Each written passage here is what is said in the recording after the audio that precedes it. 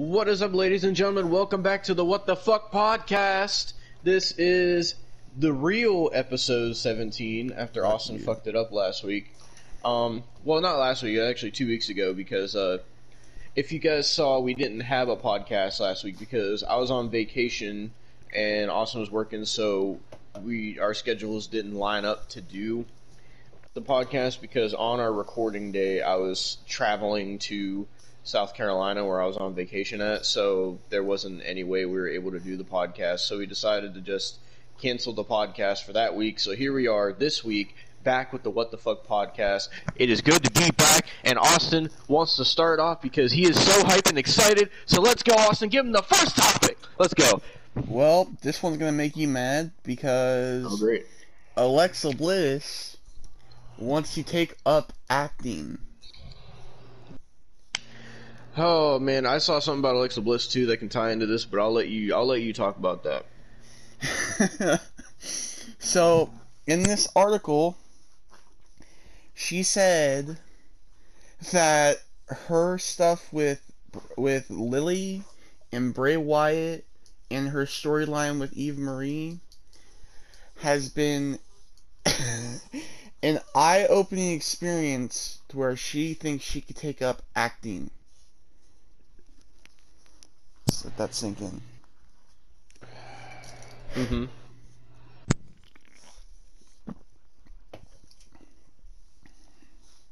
So, I want your take on Alexa Bliss wanting to pursue acting. So, when he gets back.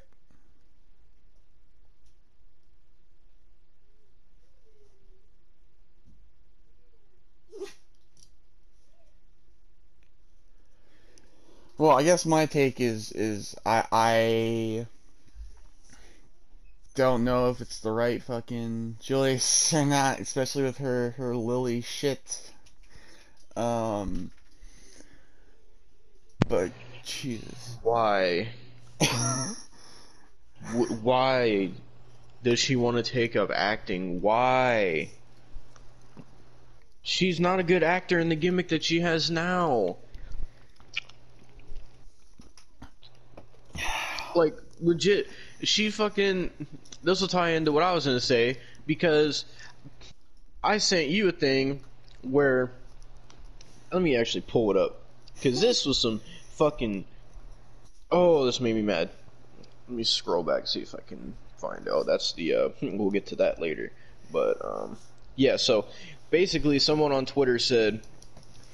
they were in a conversation about Alexa Bliss, and they said, and now she plays with a doll. Great booking. Basically shitting on the gimmick. And so Alexa Bliss responds and defends herself and says, yep, I sure do, and Lily is available on WWE Shop. Well, that is, when she's back in stock. Keeps selling out. Darn. Fuck you, goddammit. You're gonna really sit there and defend this fucking gimmick that's, like, probably the worst gimmick I've ever seen a wrestler have. And you're gonna defend a gimmick on a wrestling show that you hypnotize people and use a doll to scare people and slap your opponent with a stuffed toy to make them sell it and use this fake CGI and shit, and you're gonna defend that by apparently Lily selling out. That's because of all the Alexa Bliss stands. That's the only reason why that fucking sold out. It fucking... All the Bray Wyatt shit fucking sold out, and you didn't see fucking Bray Wyatt fucking having to defend his gimmick when people were shitting on it. Fucking, it's so dumb. Like, I don't know what happened to Alexa, man. Like, she's changed. I don't know what happened. Then now she wants to take up acting. Does she think that gimmick makes her a good actress? Because it doesn't. Like, I guess so. Basically her reasoning for it was she thought her recent storylines and her recent, like, gimmick with the Lily stuff has given her a new avenue and a new like pursuit of wanting to act. Like that was her explanation. I gotta drink this water. So you're gonna tell me that your fucking gimmick that was only good when Bray Wyatt was there, and it was only good because of Bray Wyatt, you're gonna sit there and tell me that the gimmick and how you acted during your fucking match with Eva Marie, that's your fucking standard for saying, hey, I could get into the acting business. That would be like if John Cena had wrestled the Great Khali and said, hey, you know what? I want to be in Fast and the Furious. Or that would be like if fucking The Rock wrestled fucking Sable in the Attitude Era and said, you know what? I'm going to go be the Scorpion King. That's not how that fucking works. You don't have any fucking talent, Alexa. You are not an actress. Your gimmick does not make you a fucking Hollywood actress. Fucking just because you act fucking edgy and creepy and shit. Anybody could fucking do that. I could fucking do that. Literally, you take any female on that roster, give her that gimmick, and it would be the same thing. Anybody could act crazy like that. Like, Alexa has never been anything special when it comes to her gimmicks, like her promos and all that shit. She's never been a good actress. She's been a decent wrestler sometimes, but that's really been about it. Like, no one has ever praised Alexa for her acting skill or her promos. So I don't know where she's getting this newfound career path from. I've praised her for other things. So does everybody else. That's why she has so many fans. And people don't want to hear it. And people think I'm just going to be sexist when I say it. That's why she has so many fucking fans, is because she's attractive. And if you don't think that, then you need to open your fucking eyes. I'm not saying that's the only reason that I like Alexa Bliss. I like her for other reasons of, like, matches she had in the past. Because I thought she was actually decent. And I was like, you know what? I don't actually like Alexa. I like her look. I like her move she hits, like the Twisted Bliss and the where she does like the backflip and lands on her knees on somebody. Like, I like her style. It's just she never got to that next level. And then now with this gimmick, she's like the worst she's ever been. And the only reason this gimmick is so over and shit is because of how fucking hot she looks in what she wears now. It's kind of made people a lot more creepy, honestly. Yeah. Because like I can't, like, I'm more of an old Alexa fan. I'm not new, because that's fucking weird. Like, there's some people that really fucking drool over her being on a kid's swing, and that's kind of fucked. Like, let me put it to you this way. Fucking the Alexa fans, how obsessed they are with her because of how attractive she is. Her fans are the kind of fans just like the person that was stalking her and was like threatening to come to her house and stuff and kidnap her. That's Alexa's true fans. Like, there's obviously people that are fans of her that are like normal people, but a lot of her fans are obsessed like that. Like, I've seen so many of them on Instagram, Twitter. You say one bad thing about Alexa Bliss, they will come at you tonight. And perfect example, the JD from New York situation. I told you about this. Mm-hmm. So, basically what happened, for those who don't know, JD from New York is a wrestling reviewer. He's been around for a long time. And this was like maybe 2 years ago, or 3 years ago, something like that. And he was reviewing Raw, and Alexa, it was when she was doing her gimmick where she was like drinking coffee, if you remember that. And so, like, she would never wrestle, and when she did wrestle, she would never really take a bump.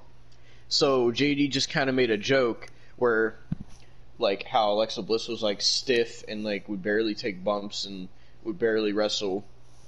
And he made a joke about, like, I bet Alexa is as stiff in bed as she is in the ring, or something like that. Just some random joke. So what happened was some JD from New York like hater account clipped that and cut out the part where he said he was just joking, and they posted it on Twitter and tagged Alexa Bliss in it, and then Alexa Bliss, instead of ignoring it, because that would be the better thing to do than to fucking like respond to people that are hating on you, because that's only going to lead to more trouble for you. She decides, you know what, I'm going to respond to this guy and basically cussing him out without cussing him out, basically, and was saying like, oh, people like this are why are why we don't like wrestling fans, or something. Like, it was something weird like that, she said. And then for no reason, like, when she did that, that caused all of her obsessed fans to attack JD. Like, all he did was make a joke. Alexa responded to it, pretty much calling him a piece of shit, and that caused all her fans to harass him, send him death threats, dox him, fucking try to hack him, calling his family and giving them death threats, like, all from Alexa's fans. And then on top of that, other wrestlers saw Alexa respond to that, so of course the fucking Free Willy Whale, Nia Jax, had to hop in on it and was threatening to knock JD out and shit. And then fucking another fucking dumb cunt that we're gonna talk about, fucking Paige, also hopped in on it and was putting her 2 cents in and was acting all tough. I'm sorry, Paige, but you ain't gonna beat nobody up with a fucking neck injury, so sit your ass down. All that plastic has gotten to her brain. So, and, like, just all these wrestlers were hopping in on it, and JD was just getting all this hate off of just one little joke he made that wasn't even serious, and that nobody saw the context to it, and it was all the hate he got was Alexa's fault because she decided to respond to it. Now, was he wrong for joking? I mean, yeah, it was kind of a fucked up thing to say, but, like, what you got to be careful with nowadays is a lot of people online don't have a fucking sense of humor, and they're overly fucking sensitive about everything. You say one fucked up thing, they don't care what context it has, or you could even say something that sounds kind of fucked up. They will take it and they will try to ruin you. It's fucked. And so, I've just after that, and then, like, this whole gimmick and, like, Alexa trying to defend it and all this shit, like, I've really lost so much respect for Alexa Bliss, and I, like, besides her looks, I really don't understand why people obsess over her so much. Like, she's not a good wrestler. It's not her promo anymore. Style. She's not good at promos. She's not a good wrestler anymore. She's not good at acting. She's not good at the gimmick. So, besides her looking attractive in what she's wearing for that gimmick, I don't understand why people are so obsessed with her. The only thing I could think that would get, like, a major pop from her is if the only acting she got into was a little bit NC-17. If you catch my drift.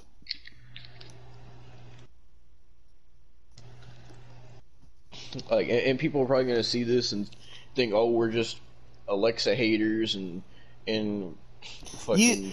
You people can't honestly tell me you want to see Alexa Bliss in the next Marvel film. I don't. I fucking don't. Here's the thing. She beats Eva Marie at SummerSlam. Tell me why on Raw she's now trying to challenge Charlotte for the championship.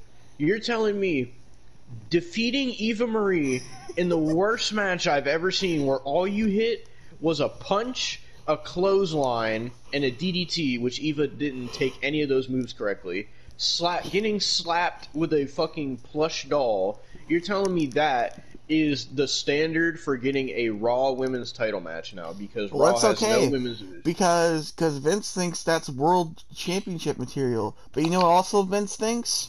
We're just gonna go into this next one. What the fuck is happening to Karrion Kross?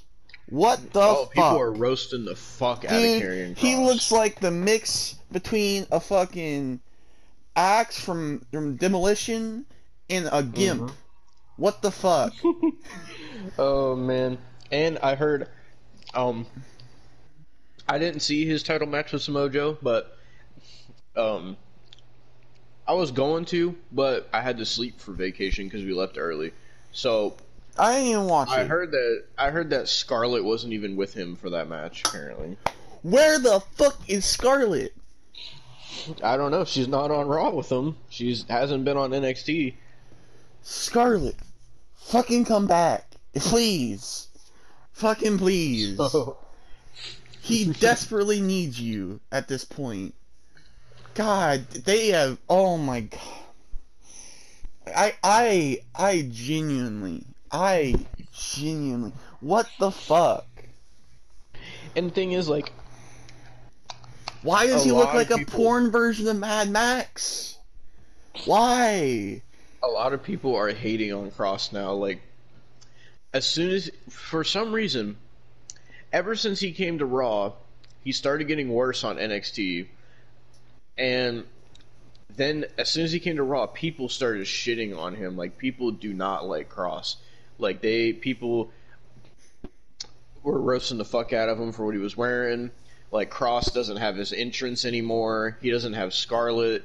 People are calling him boring, and he can't wrestle, and his gimmick sucks.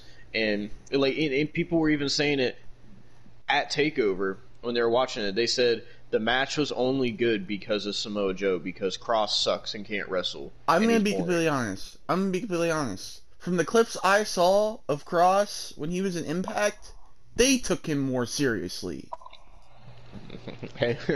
That's we know fucking... Don Callis had that scarlet fever at that time. Well, but they were still taking him seriously. That man, like, I saw a clip one day of him choking out the Sandman. Of him just fucking, like, choking him out viciously and shit. They made him a threat. I mean, they were making him a threat in NXT because they had him choke out William Regal. Yeah. And they had this whole thing where, like, Kross was, he was pretty much running NXT because, like, nobody could stop him. So then Regal brought Samoa Joe in as the guy to stop Kross. That's basically the whole story. And they made Kross, it was dumb because they had him on Raw. They had him job to Jeff Hardy. And then the next night on NXT, he tried to seem all badass and talked about how the reason he went to Raw is because he chose to, and because he could go wherever he wants. He chose to lose to No More Words Hardy. Like, and then he attacked Regal to seem all badass, but then was on Raw again the next week facing Jeff Hardy, or not the next week, but I genuinely have no more words after this fucking main roster run that he's had. And, like, it's been so weird because in NXT, like, he would have Scarlett with him, but he goes to Raw and no Scarlett, but when he comes back to NXT, Scarlett. Like, it doesn't make any sense. I don't know what the fuck is going on with him, but he needs to get his brain in check and actually tell Vince to fucking, like, fuck off with this dumb shit. This is dumb, dude. I don't know what happened. They had Kross as this monster in NXT as the NXT champion. This whole Samoa Joe story was great because both of them are great in their own way. They had to fuck it up, dude. It was a big money match for their main event. You had Samoa Joe and Karrion Kross, both people who can fuck people up, both people who choke people out, both big fucking monster guys. You had a big money match there. But then, I didn't see the match, but from what I heard people saying about it, apparently people just thought Kross was shit in that match, and he didn't have Scarlett with him. I almost said Charlotte, Jesus Christ. But, like... We don't need Charlotte in NXT. So, I don't know why they're taking Scarlett away from him. They took everything away from him. The big entrance, Scarlett, fucking his dignity... Like, the title. Like, everything. everything has been taken fucking away from him. Like, Yeah, he now has he's no on, he's dignity. on Raw looking What? like a fucking sex slave or Whatever he's wearing. fucking wearing makes him have no fucking dignity. I cannot respect that man with whatever he's wearing. I But the cannot. thing is, like, and I know from years of watching WWE, this is gonna be. Hold on a second. Excuse me. It's gonna be another one of those situations where they have somebody that was built up in NXT perfectly. They bring him to the main roster, and they don't understand the gimmick or anything about it, so they won't go about it their own way, and they fuck it all up by taking everything from somebody. Like, they did the same thing with the Ascension, if you remember them, because they built the Yep. Ascension up as this monster team in NXT. And as soon as they come to the main roster, they're fucking, like, jobbing immediately. I was hyped And for they the never Ascension to recover. come to the main roster, and then they got fucked. You remember Akam and Razor? Same thing. You remember fucking Rusev even? How like Rusev came up to the main roster and had an undefeated streak, and then all of a sudden they took Lana away from his gimmick. They took the U.S. title from him. They took his undefeated streak from him, and then Rusev was like never the same about that, and nobody ever cared about him again. It's the Yeah. same thing. It's the same thing. Like they even did it with Joe. They even did it with Joe because Joe was NXT champion. He was a monster in NXT. He came to the main roster and then was on Raw. And then he had a fucking title match with Brock Lesnar, which everybody was hyped about. And then he didn't win. And then he kind of fell into obscurity of like he would be in the main event, but he would never get anything. And then he went to SmackDown and then had a feud with AJ Styles, which everybody was hyped about. They're like, oh shit, this is TNA. And then Samoa Joe lost every single fucking match.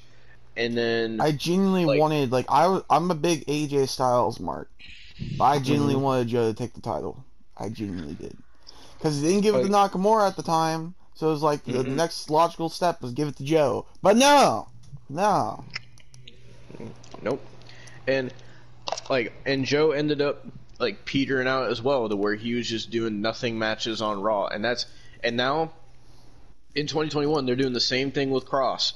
They took the entrance away from him. They took Scarlett away from him. They gave him like a different entrance outfit. Like they took the NXT title away from him. Like they took all legitimacy away from Cross, and they had him job to Jeff Hardy, which I love Jeff Hardy, but I can admit like that there like is no reason for Jeff to be jobbing people out in 2021. Yeah, because that is just embarrassing. Like I'm they sorry. literally have done everything to pretty much say "fuck you, Cross." Like they've given everybody a reason to not care about him. And I don't And I think that's understand because he's I think that's gold. why everybody's shitting on Cross now, because of how they perceive him on Raw. And then Why? I think what happened is how they were showing him on Raw. People were like, "Oh, what's this Cross guy about? He fucking sucks," because the way they show him on Raw. So they're like, "Oh, he's from NXT. Let me see. Oh, he's having a NXT title match. He's the champion. Let me check out him versus Joe." And then, of course, on Takeover they don't put Scarlett with them, and then they just see the him versus Joe match, and they're probably like, this Cross guy is really nothing special. So that's probably what made them shit on Cross at Takeover, was how they showed him on Raw. And then now him being on Raw after that, like, people have zero reason to give a fuck about him now.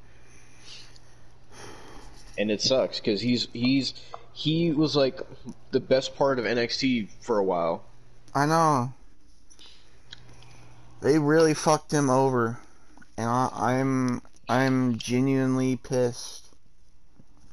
And don't think that he's the only person that's going to get fucked over. NXT itself is getting fucked over. If you've seen the new logo that they made, Yeah. apparently that's gonna start next month, from what they're saying. But Yeah. also, Dakota Kai is gonna get fucked as well, because now, well, she hasn't debuted on Raw yet, but she's been having a lot of dark matches on Raw.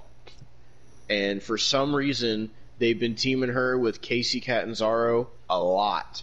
And I don't understand why, but I have this fear now that they're gonna debut on Raw, and they're gonna Dakota Kai and Casey Catanzaro are gonna be some kind of stupid ass tag team, and they're gonna put Dakota right in the fucking women's tag team title picture, and she's immediately gonna be fucking ruined. At this point, dude, at this fucking point, I'm starting to think I shouldn't even care about NXT because they're just gonna ruin all of them.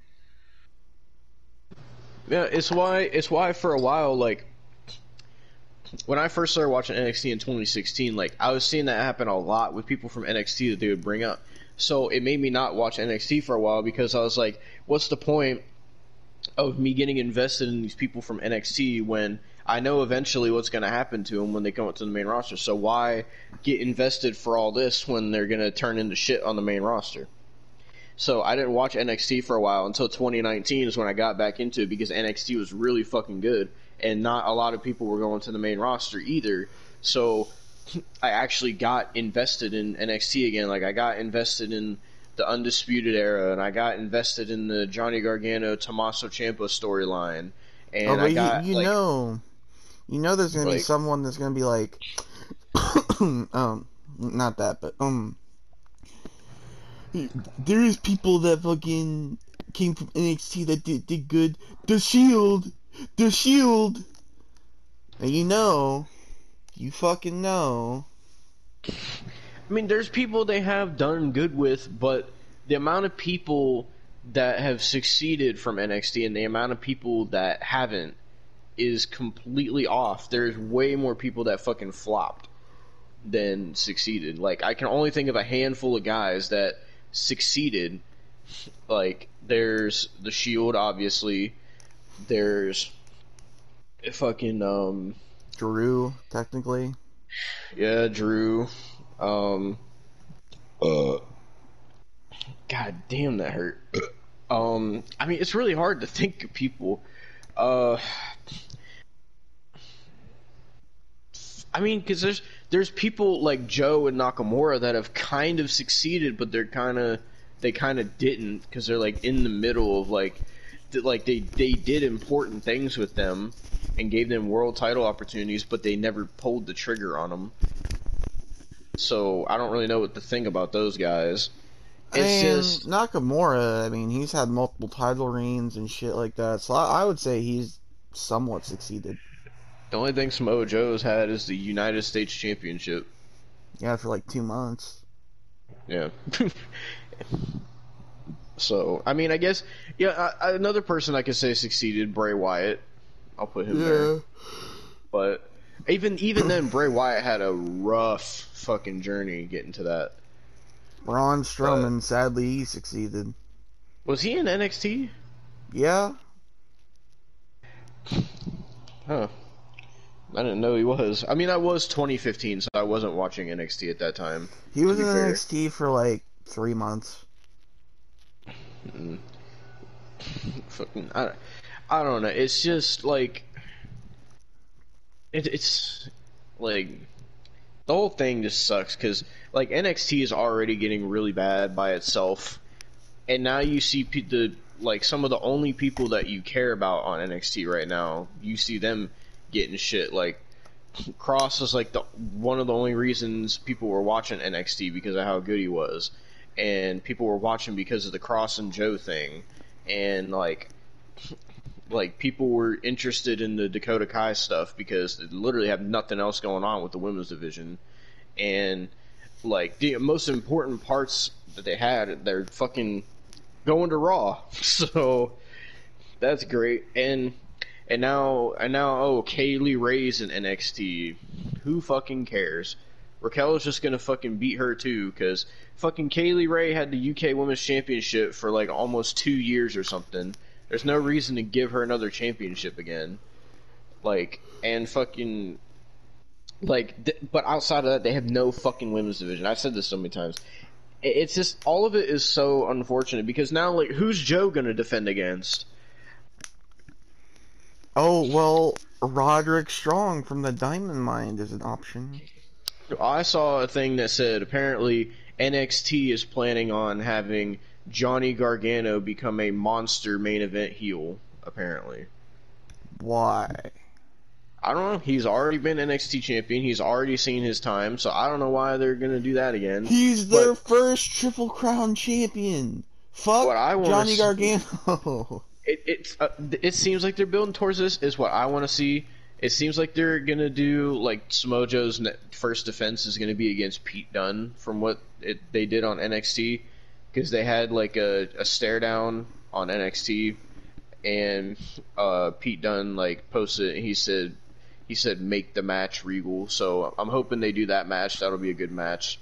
Yeah. But then after that, it's like Joe's not gonna lose the title already. No.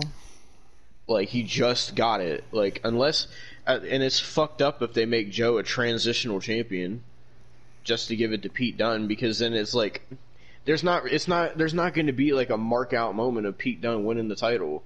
Like, you have to build Pete Dunne up to get that moment. You can't just all of a sudden, oh, Pete Dunne's getting a random title match, now he's the champion. Like, that's not going to be a special moment. Like, you really got to build Pete Dunne up and then finally give him his first NXT championship. Yeah. But fucking NXT don't build nobody up anymore. They completely stopped their storytelling. They completely stopped building people up. They're literally like Monday Night Raw Light or Monday Night Raw Zero is what they are right now. Or like Monday Night Raw 15 calories. That's what NXT feels like right now. They're the Diet Coke that I fucking pour every day at work. Yeah. It just sucks. I hate to see NXT going where it's going, because it was the best wrestling show at one point. And now it's like getting to be one of the worst. It's getting to... It's not there yet, but it's having the beginnings of turning into Monday Night Raw, is what it feels like. Because of the amount of fucking comedy segments they have now, the amount of... Like, they still have good wrestling. That's the one thing they still have, is they still have good wrestling matches. But Devin, they also have Index. That's going to be the saving grace. And they also have this fucking... Still, well, I think it's over now after Takeover, but they still had the fucking Cameron Grimes Butler storyline. Don't forget the NXT Women's Tag Team Champions Io Shirai and Zoe Stark, and they've made Io Shirai completely irrelevant now. And fucking their whole thing is Zoe Stark wants to be friends with Io, but Io doesn't want to be friends with her, and they have fucking segments of them going out and eating fucking sushi instead of, defending the championships or anything. They haven't defended them since they won them. It's okay, because we still have Index. Oh, but they're building up Gigi Dolan now, Austin. Fuck Gigi Dolan. I hope she gets fucked with the cactus. And who is the North American champion? Isaiah Swerve Scott. And what are they doing with him? Putting him in a rivalry with Santos Escobar that's basically rap versus mariachi music. And Hit Row's whole gimmick is them ciphering and freestyling and trying to be hip, and it's really bad. But Devin, Index.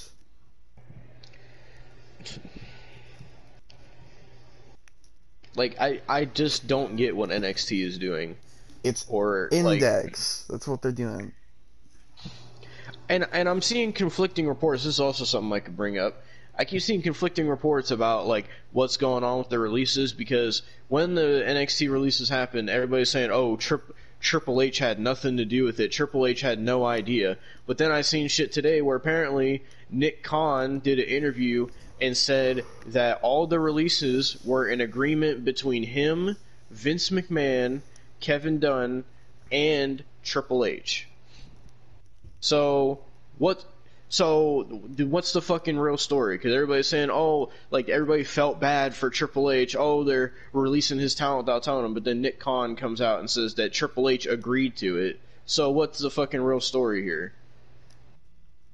Like, I what don't the know. fuck? Genuinely, I don't What? know. It doesn't make any sense. And you know, like, uh, I still keep hearing that they're having more releases coming. I don't know who else they could release.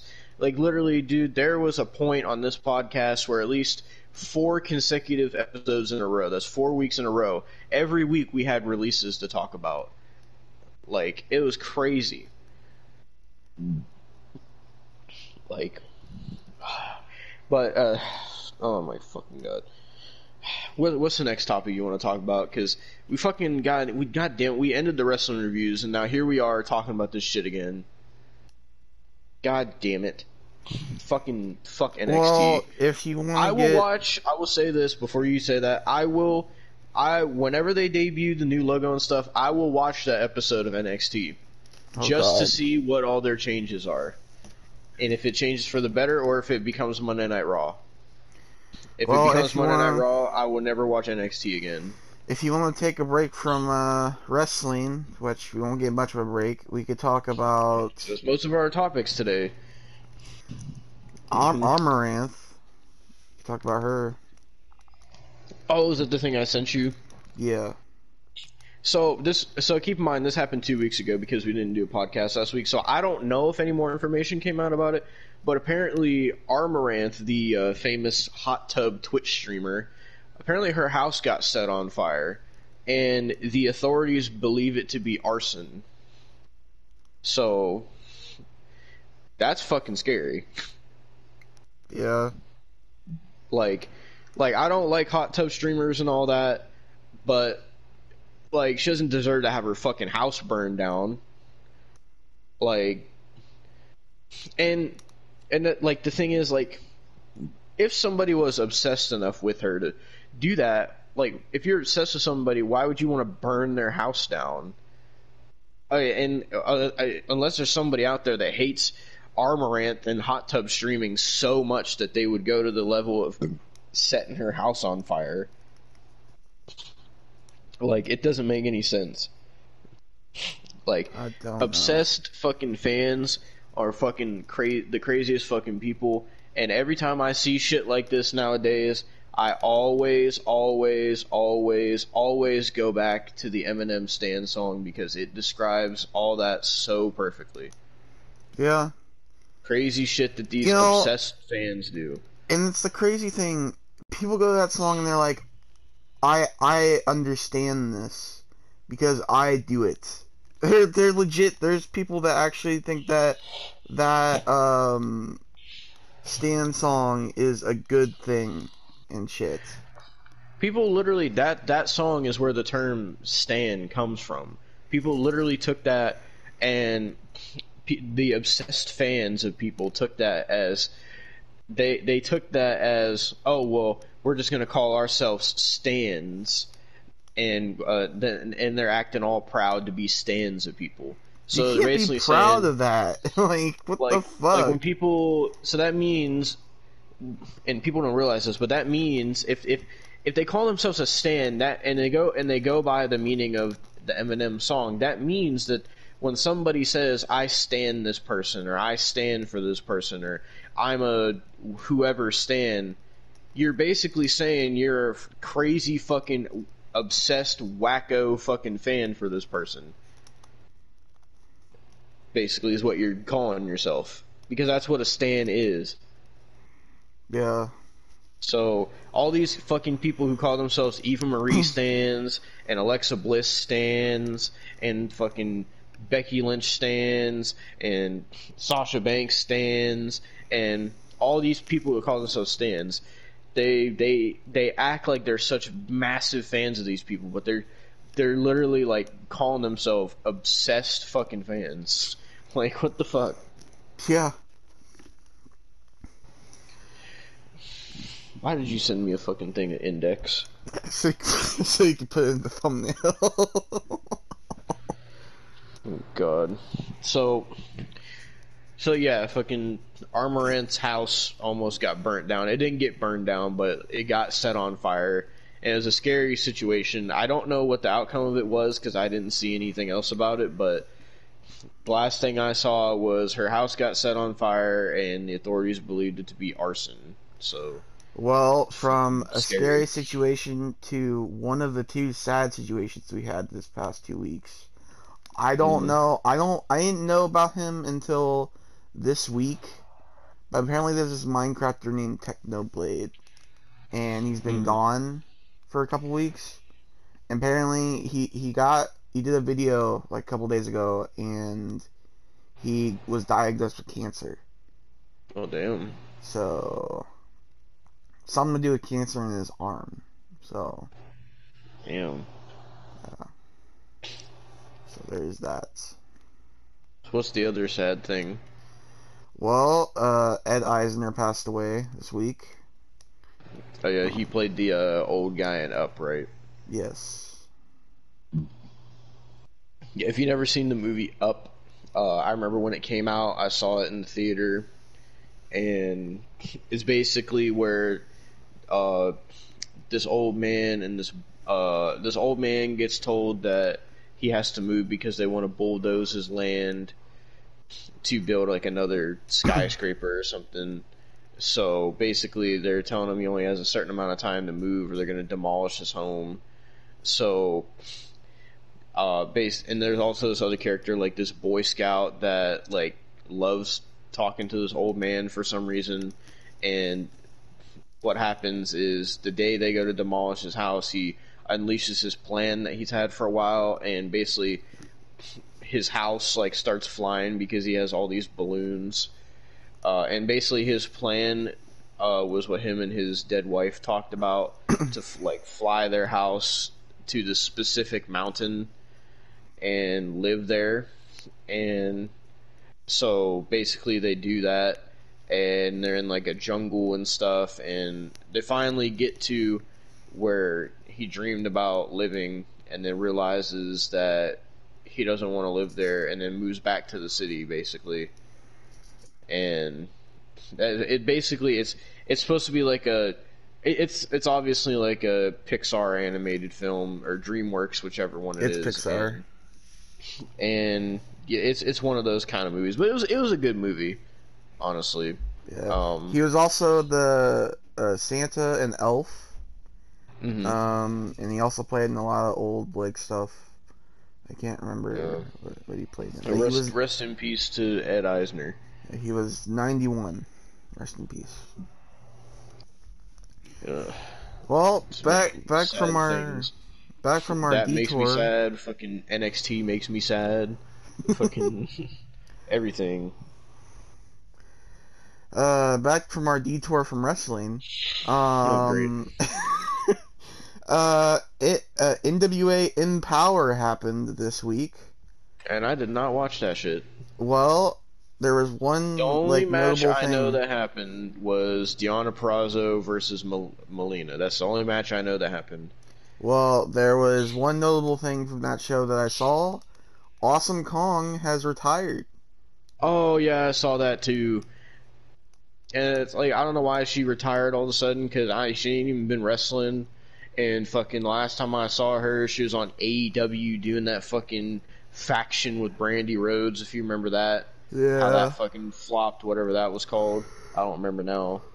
But, like, I'm surprised she didn't retire sooner, because she doesn't really wrestle anymore. Yeah.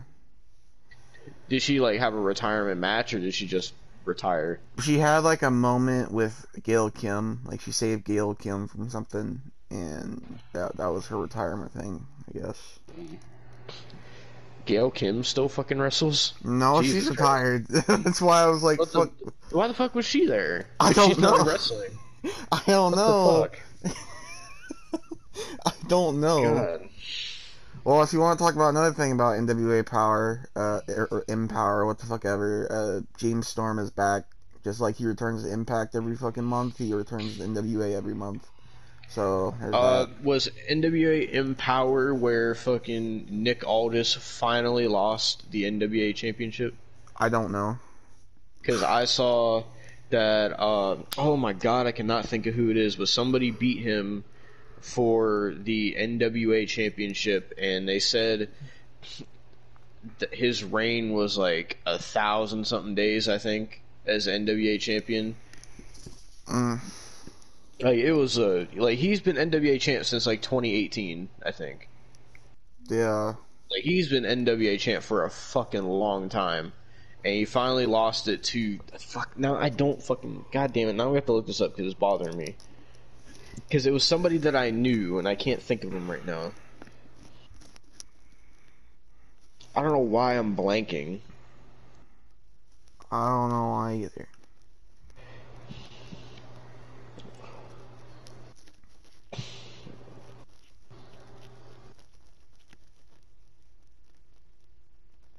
Hold on, let me put NWA. Let's see. Okay, NWA didn't bother to post the results from their show. Okay, I'm trying to see who the fuck beat Nick Aldis. Oh my fucking god, that's right. Oh my god.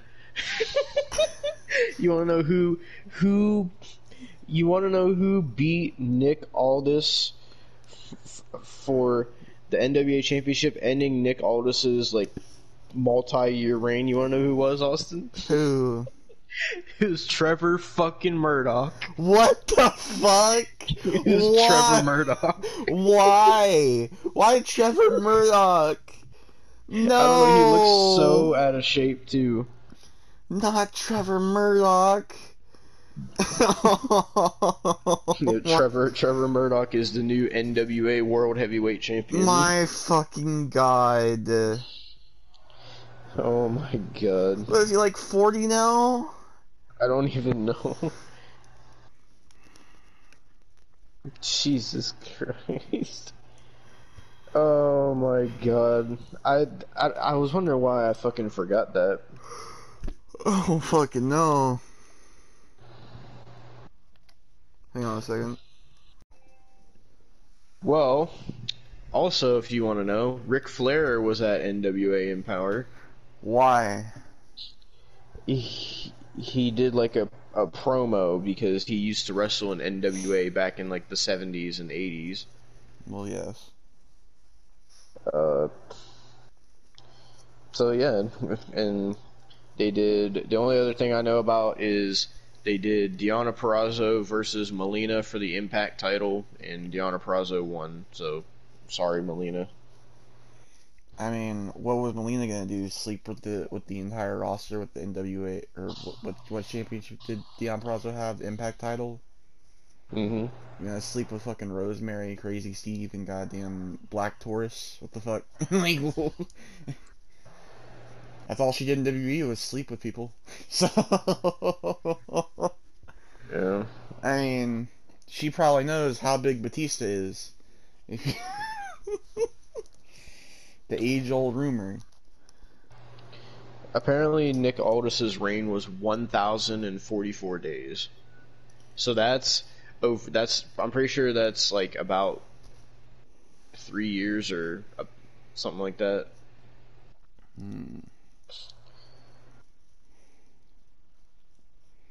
Oh damn. What else did they do? They did Camille Brickhouse versus somebody. I'm guessing it was for the NWA Women's Championship. I don't even know who the fuck.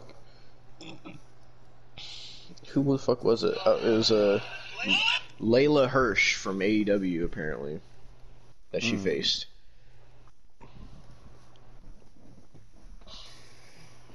Well, from some other from a woman's topics to another woman's topic. Hashtag We Want Sasha. She started trending a week ago. Mm-hmm. It was like number 5 trending. People were so pissed that Sasha Banks was not on SummerSlam. Hashtag We Want Sasha was trending for a day. Well, I mean, the way they went about it, kind of, I understand why people were pissed off, because they hyped this match up, and then all of a sudden just like, oh, Sasha can't compete, and gave no reason, and then fucked over Bianca Belair, and now people hate Becky Lynch. Like, they legitimately hate Becky Lynch now. They're saying Becky Lynch is worse than Charlotte now. Oh dear God! Because people No are one saying can she's be- worse than Charlotte, and they're no defending one Charlotte. can be worse than Charlotte. No one can. Charlotte has said- gone to like untouchable territory. They said they're tired of Becky being champion. She was Raw champ for over a year. She doesn't need to be champion. Push newer talent, and they buried Bianca, and they were, I forget what they were saying when they were defending Charlotte, and they're like, Becky's promos are corny, and she sucks, and she can't wrestle, and she'd be better off going back to being pregnant. Like, people were saying all kinds of fucked up shit. God, why? Apparently Becky Lynch is heel now. I saw on SmackDown. She was going to apologize for being gone, and then her heel turn was like, I apologize for absolutely nothing. Ooh. But so now Becky Lynch is heel, so they're doing this dynamic of Becky Lynch being heel and Bianca being face, so they're obviously going to do that at Extreme Rules. So, Ooh. and with Sasha, I don't know where the fuck she's at, why she couldn't compete, when the fuck she's going to be back, I don't fucking know. But, so, I understand why they tweeted that, because of their frustration with the SummerSlam match. But I mean, the Sasha stands; those are another group of stands that get toxic. Yeah. God damn it, Smack Talks. I'm unsubbing. I'm unsubbing. What? WWE 2K22 executive producer on next updates. Smack Talks. Fuck off. I'm done with you. Well, I now have two topics that are going to make you mad, but I'll save it. God. Let's move on to the next topic. What do you got? What do you got? What do you got? What do you got? Okay, chill out. I was on some from Smack Talks. We could do Jake Paul's hit list. Well, do you want to talk about the Jake Paul and Woodley fight before that? Well, I feel like we should talk about the hit list first because he assumed he would win, which we'll talk about later. All right. His hit list is pretty interesting, I do have to say. Well, see, I'm confused because I at first I saw it as the hit list, but then people were like putting images around where he made another list and he called it the fuck list. I don't know if you've seen that. And it had like the same people on it. Jake Paul has been acting pretty sus. I mean, if you want to fucking talk about the let me read the so I saw this the other day. It was before the Jake Paul and Woodley fight. So Jake Paul revealed the reason why he wanted to fight Tyrone Woodley. And you want to know his reason? Jake Paul said, and I quote, "He got a big booty. That's part of the reason I wanted to fight him. He's thicky. He's super thicky. I wanted to grip them cheeks low-key when I first saw him." That was his reason why he wanted to face Tyrone Woodley.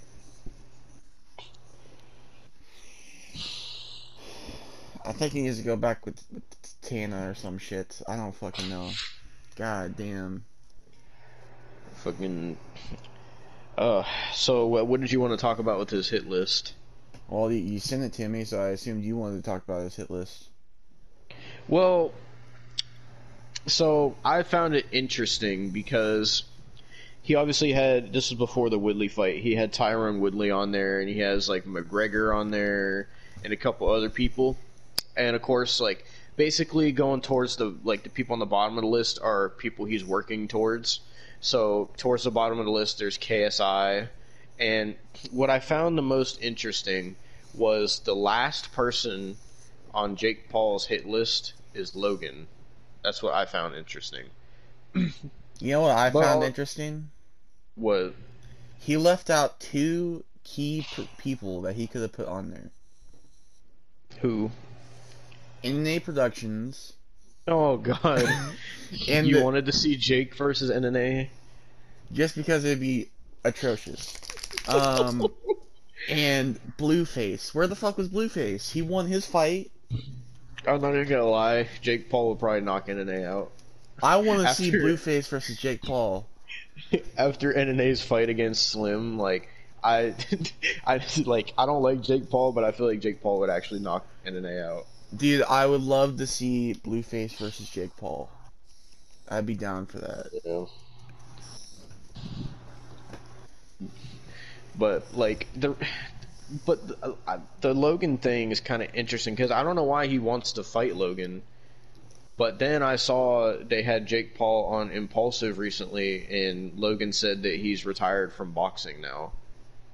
Huh. So, yeah, because they were talking about boxing, and then Logan was like, "I'm retired," and they're like, "What do you mean I'm retired?" And he was like, "From boxing," and then like they started making fun of him, and they're like, "Dude, you need to at least get a win before you retire." And then Logan was just like sitting there, he wasn't laughing.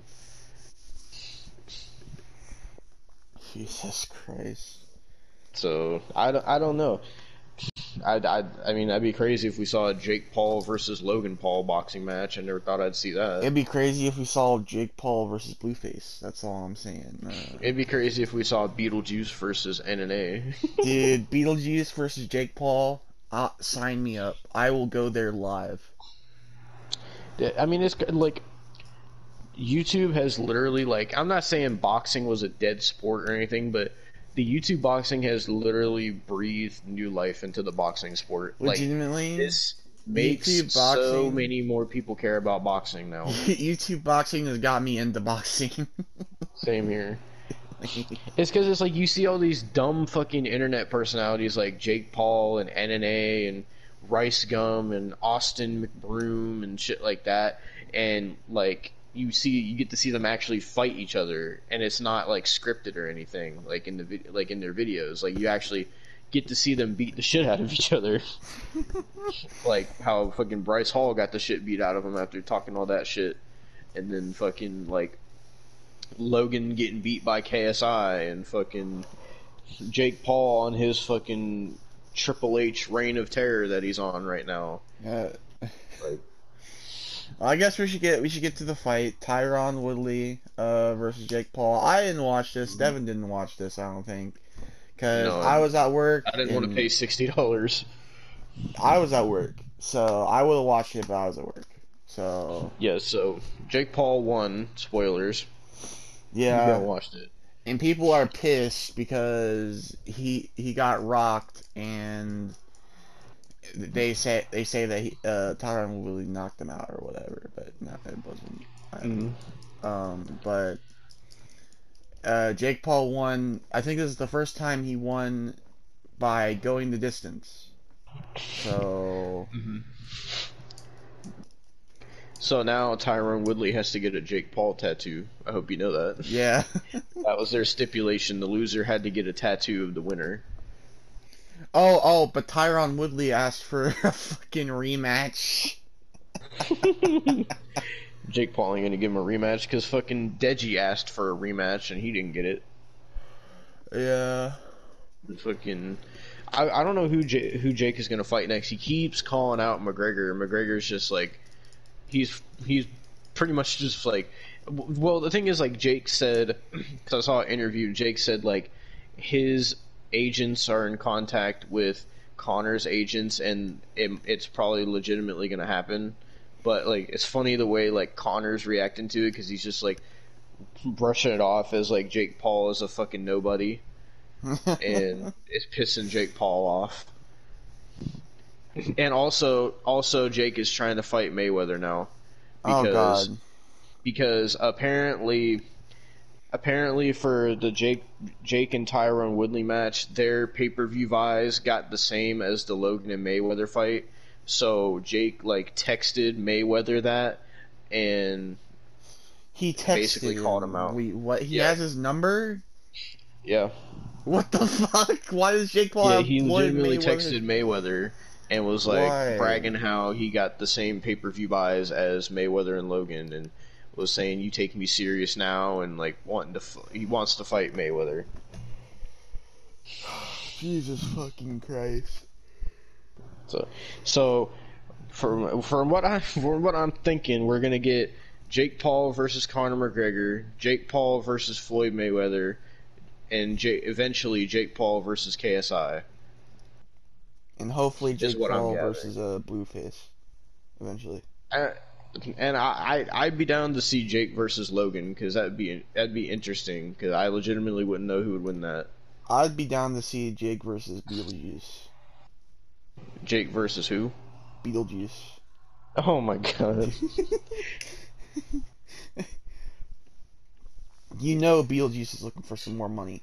You know he is. It, Call him like up. the boxing world is crazy right now. I never thought I'd see a time where we would see YouTubers boxing, where we would see YouTubers and TikTokers and fucking Floyd Mayweather and fucking Conor McGregor and like all these MMA, UFC fighters and boxers like all fighting each other. I never thought that I would ever see that in boxing. Like, it's crazy.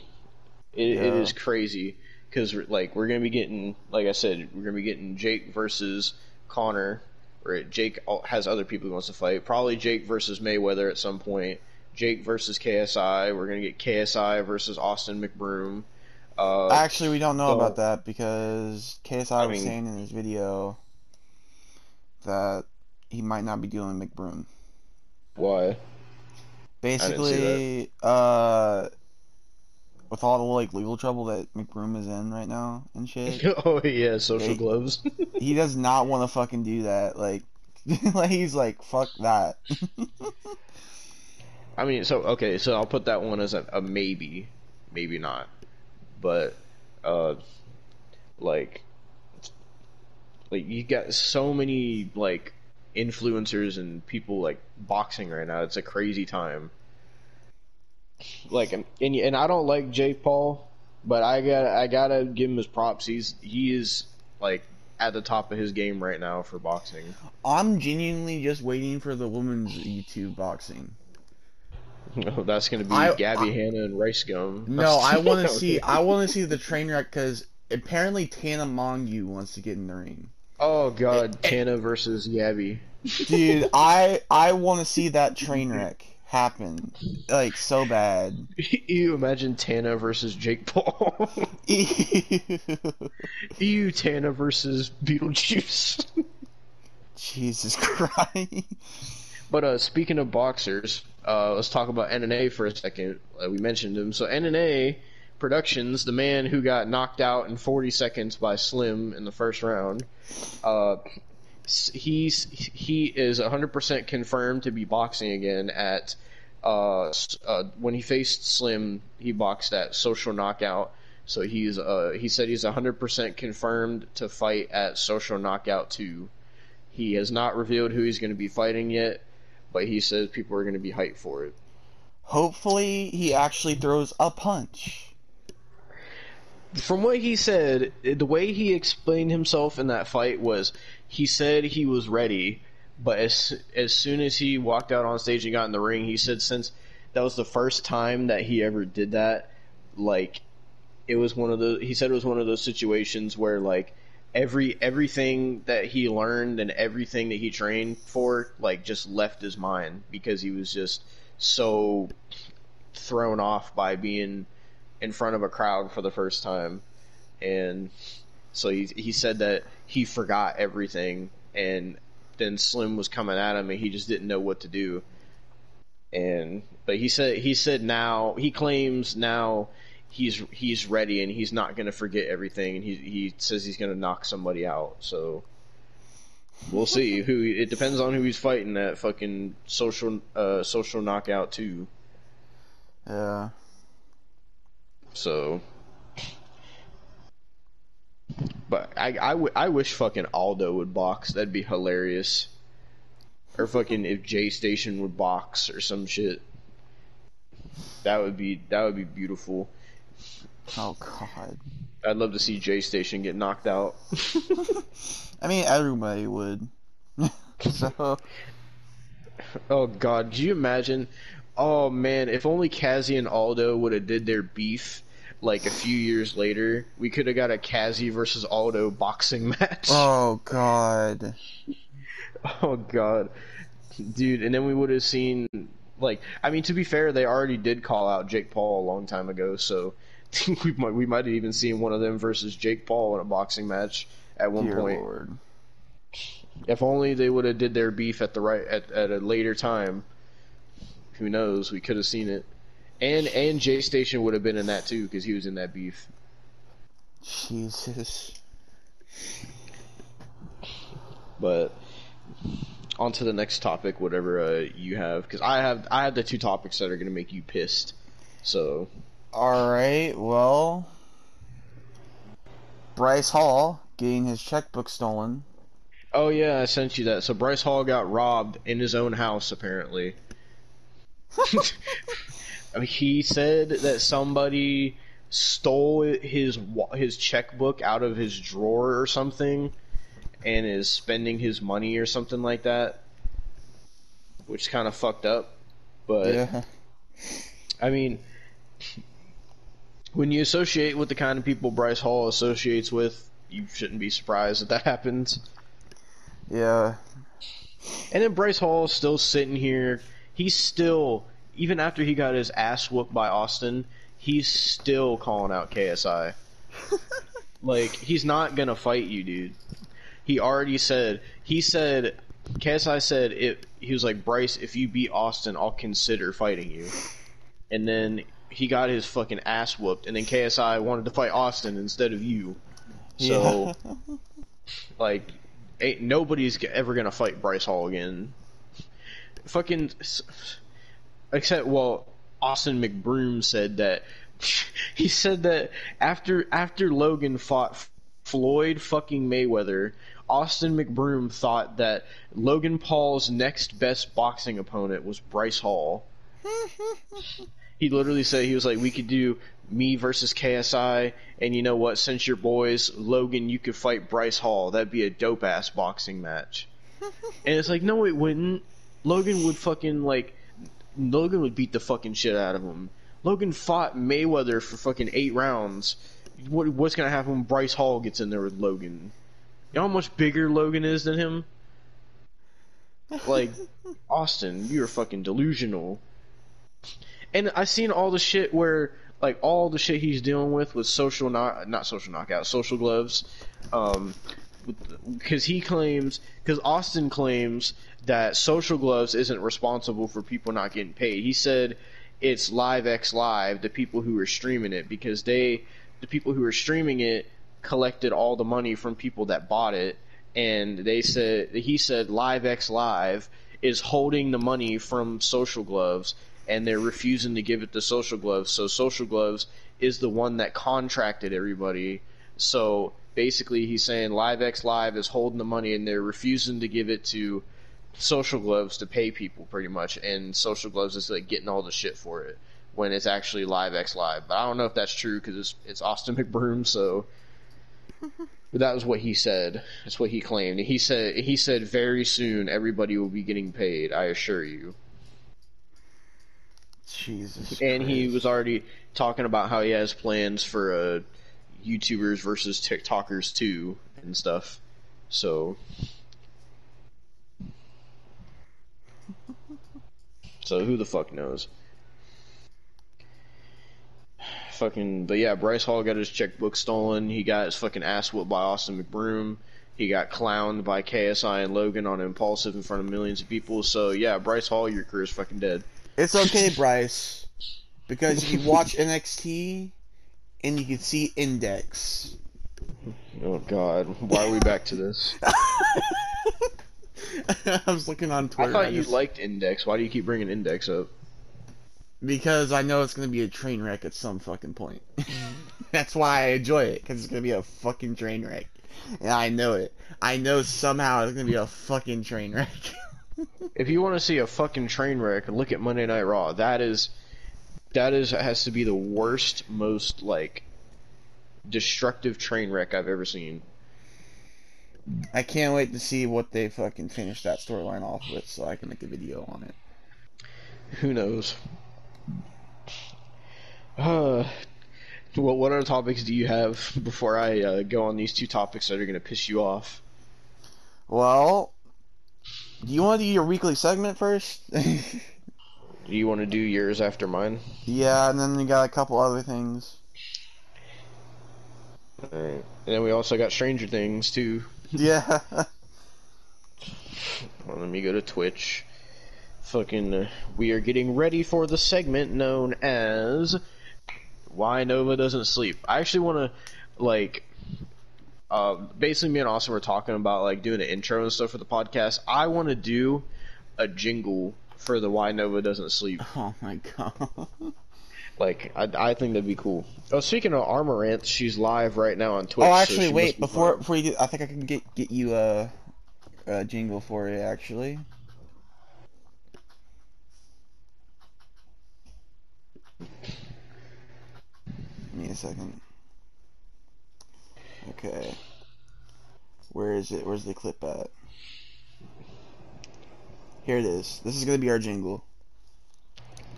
Not for the not Nova this thing? Yeah, it's.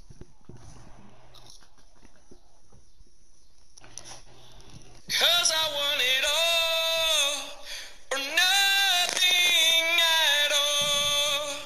There's nowhere left to fall when you reach the bottom. It's now or never. Is it all, or are we just friends? Is this how it ends, with a simple telephone call? You leave me here with nothing at all. There you go.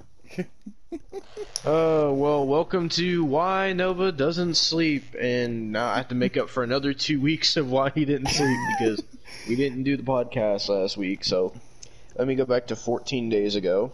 So, 14 days ago, and if you're wondering, every single stream has been GTA RP. Oh god, 2 weeks, man! Are you kidding me? It's 14 days ago. Buff Sizz, 11 hours and 14 minutes. 13 days ago, Buff Sizz OK, 8 hours and 37 minutes. 12 days ago, Buff Sizz finally makes outfits, 10 hours and 8 minutes. 11 days ago, Buff Sizz featuring Liquid Suffering, 11 hours and 17 minutes. 10 days ago, Buff Sizz, possibly a short stream, 7 hours and 29 That's minutes. not short! That's not short! 7 days ago, Buff Sizz on a Monday, 12 hours and 55 minutes. Nova! Half of these... here's a short one. I'm shocked at this one. 6 days ago, Buff Sizz and a shotgun, 48 minutes. Wow. Shocking. Oh, but Austin, the same day, Buff Sizz and a shotgun, part 2, 8 hours and 39 minutes. God damn it! Some of my shifts aren't that long! What the fuck, Nova? Oh, but it's okay. 5 days ago, Buff Sizz then fight aliens, 11 hours and 36 minutes. 4 days ago, Buff Sizz attends a wedding, 7 hours and 48 minutes. And finally, his last stream 3 days ago, Buff Sizz ascends, 10 hours and 19 minutes. What is your life, James? He doesn't have one. But he doesn't get enough sleep because of us, Austin. That's what he claims. But yeah, that's why Nova didn't sleep these past 2 weeks, because he was fucking on GTA for his whole life. Well, Nova, let's sing us out to the next topic. Do you have the jingle for yours?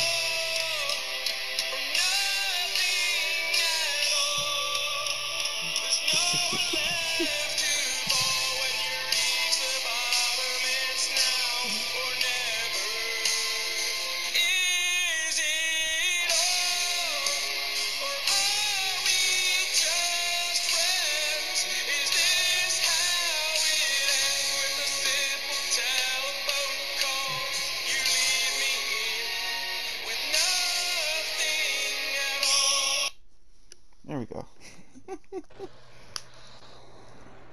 I do not have a jingle for mine. Okay, well, Austin's gonna get into his weekly segment, so tell me, Austin, who got canceled this week? Well, it kind of ties into a topic that I was going to talk about. Call me Carson. Shut the fuck up, you dick. Carmy Carson. What the fuck Is that gonna be his new name when he's coming back? Maybe, I don't fucking know. Carmy Carson. Oh my god. If you ever have him on the podcast, I'm gonna play that to him. Oh my god. Carmy Carson. Jesus Christ. But Call Me Carson actually uploaded a video to his YouTube channel. It was like 1 minute and 23 seconds, and basically him talking about how he shut up, I'm trying. God damn it. I just keep thinking about it. He's extremely sorry, basically, and he's not gonna be around the bush with the apology. He's not gonna do no Logan Paul shit, like you know, what was it that Logan Paul fucking said? What? Like in his apology video for the Suicide Force, what was it that he said? I don't remember. That was fucking a long ass time ago. Well, he wasn't gonna do anything like that, and basically all the proceeds from whatever he does, like when it comes to Twitch, YouTube, or anything, is gonna go to charity, different charities, for a year, and he's gonna be streaming on the 1st, which by the time this comes out, he will already stream and stuff.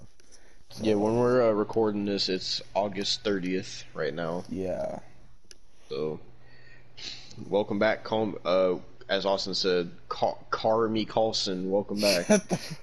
But basically, Call Me Carson is getting canceled because there's people out there that still are fucking like, you shouldn't be here, go fuck yourself. You know how Twitter is. Yeah. So, And Carson's just got to ignore those people. yeah.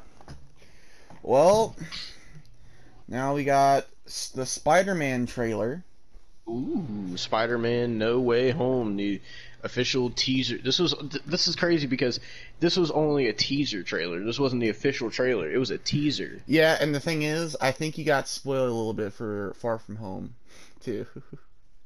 Yeah, 'cause I've seen Homecoming, but I haven't seen Far From Home. I Well, know basically at the what end of happens at the end. I know what happens at the end of Far From Home because I know Mysterio reveals Spider-Man's identity because that's the main plot for this new movie. Yeah. So I know that.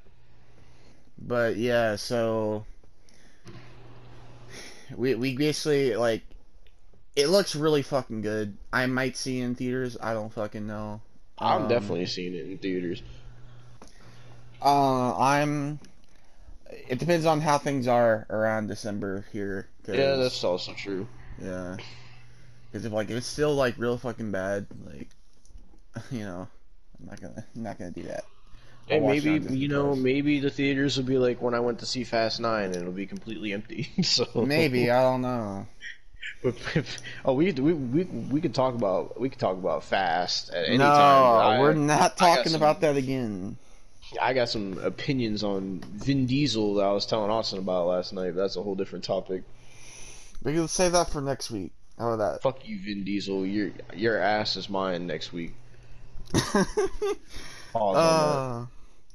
But I got family. we're not gonna. We shouldn't spoil the trailer for people because this trailer is actually brilliant. It was leaked, so I mean, everybody's seen it by now. okay. The trailer's been out. Well, we're getting Doc Ock and William Dafoe's coming back as Green Goblin. You could have said spoiler warning first. Well, what the fuck? You're saying, well, everybody's seen it by now. Well, yeah, you could have said, okay, spoiler warning, but then you said, okay, Doc Ock and Willem Dafoe. Well, they should have known. I mean, I'm assuming we'll get Andrew Garfield and Tobey Maguire. I'm That voice assuming. crack. Shut up. He said Tobey Maguire. Hey, But, just think about this. We could get some more Bully Maguire memes out of this. Well, if Doc Ock and Willem Dafoe are in it, Tobey Maguire has to be in it. There's no way he's not going to be. Dude, I don't And- really want to see Andrew Garfield because you want to know the last movie he was fucking in? What? He was in a movie about YouTube and the internet, and it starred Jake Paul. Oh God. Yeah, I fucking Apparently- despise Andrew Garfield right now. Well, apparently people think he's a better Spider-Man than Tobey Maguire. Oh, go fuck Because- yourself. Because what people are saying is they said Andrew Garfield is better at being Spider-Man and Tobey Maguire is better at being Peter Parker. Mm. And they said in the Amazing Spider-Man, that movie has the better protagonists, and in the Sam Raimi Spider-Man movies, those movies have the better villains. Is what people are. I mean, Same. nobody liked the Rhino. So- And it got canceled. So the movie that was supposed to happen, they were supposed to have Amazing Spider-Man 3, and it got The canceled. Green Goblin and fucking The Amazing Spider-Man 2 sucked ass. Yeah, because it wasn't even Norman Osborn. It was Harry. No, it was Harry. And there wasn't even a reason for Harry to be Spider-Man. All because fucking Peter Harry with was Gwen Spider-Man? or something. Huh? Harry was Spider-Man? What are you talking about? No, I said there was no Norman Osborn. It was Harry, and I said Harry like had no reason to hate Spider-Man. Oh, I thought you besides said the be fact that- Spider-Man. I'm like, what the No. fuck? Why would Harry be Spider-Man? I don't know, What that's Marvel why I was- universe are you living in? That's why I was like, what the fuck? Why are you saying be Spider-Man? So like, I don't know. I liked Amazing Spider-Man 2 when I first saw it, but I think they suck compared I feel to the like they Tobey could have Maguire done movies. way better with Electro. Electro has way more potential. Apparently Electro was in the trailer. I didn't see him. No, he's not in the But trailer. apparently There's he is. set photos of Electro. People were claiming every reaction video I was watching. They're like, "Oh my god, did you know Electro's in the trailer? Did you know Sandman is in the trailer?" And Where the I fuck didn't was see him. Sandman? Was he on one of the fucking rooftop scenes, or was he just a grain of sand? I don't know. What the fuck? Where the fuck was I Sandman? don't know. We were talking about this last night, and apparently, Austin told me that Michael J. Fox was in this movie. Fuck off! As It's Jamie Electro. Fox. It's Jamie Fox. I get it I was now. like, did you I'm know, dumb. Did you know? I'm I was dumb. like, did you know Electro was played by Michael J. Fox? I'm dumb. I had a long shift last night. Fuck you.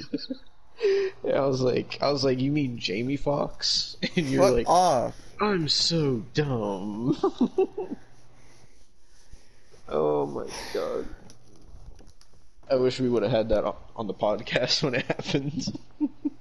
Cause it was so fucking funny, but I'm excited for No Way Home. I'm fucking hype after seeing Doc Ock and Willem Dafoe's laugh and shit. I'm hyped. They gotta somehow, some way they gotta have J. Jonah Jameson in there somehow. I mean, he's in there. Did you not know that?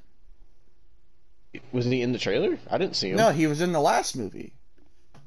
I'm talking about the fucking. Wait, is it the same? Was it the same one from the Sam Raimi movies? Yes, he was in the end credit scene where they reveal. He was the one that revealed the Mysterio, like edited message or Oh. whatever. Well, I didn't see that movie, so that's probably why I didn't see that. Yeah, he's But- been in there. Well, okay, but the one from the Tobey Maguire universe. Yes. Yes, No, I'm saying we need to see that one.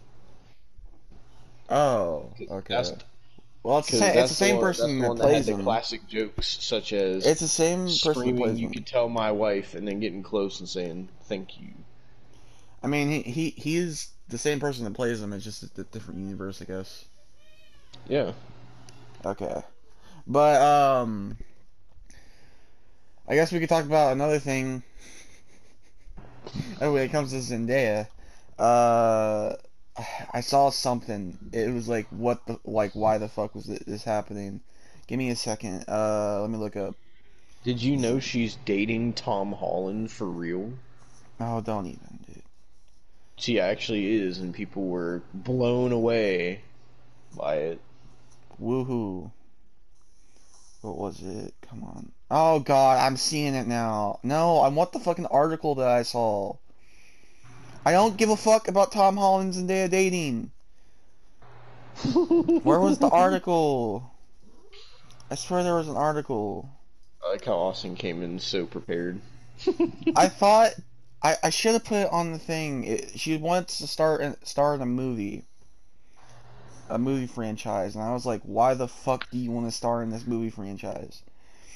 Oh god. That's why I'm just like, oh god. well, while I'm trying to find this, why don't you talk about Paige wanting to return to wrestling? So basically, I saw this shit, and someone did it. Okay, so basically, next year, 2022, Paige's WWE contract is up, and so people were speculating, oh, is Paige gonna? I mean, you should have already expected this. Is Paige gonna go to AEW? Is Paige gonna wrestle again once she's not contracted anymore? What's she gonna do? And then so someone did an interview with her where Paige said basically she's not leaving WWE. She loves WWE, and that she's gonna keep doing her Twitch thing. And she said hopefully the Twitch thing will be part of her next contract for WWE. And also, they asked her if she would ever wrestle again, because she's been posting a lot saying that she's feeling strong and she's feeling good and it's only a matter of time, and she keeps talking about Edge and Daniel Bryan. So people asked her if she was ever going to wrestle again, and her quote was, "I'm not done yet." And so basically teasing everybody. So we'll see if Paige actually does come back or not. I don't know. I mean, she's had all her neck surgery and stuff, so those fucking massive breasts that she got might fucking not help her neck out that much, but fucking... I mean, she's the one that wanted to become a plastic Barbie doll. So... I just feel like when she gets back in the ring, I feel like Paige is gonna be so fucking sloppy. Probably.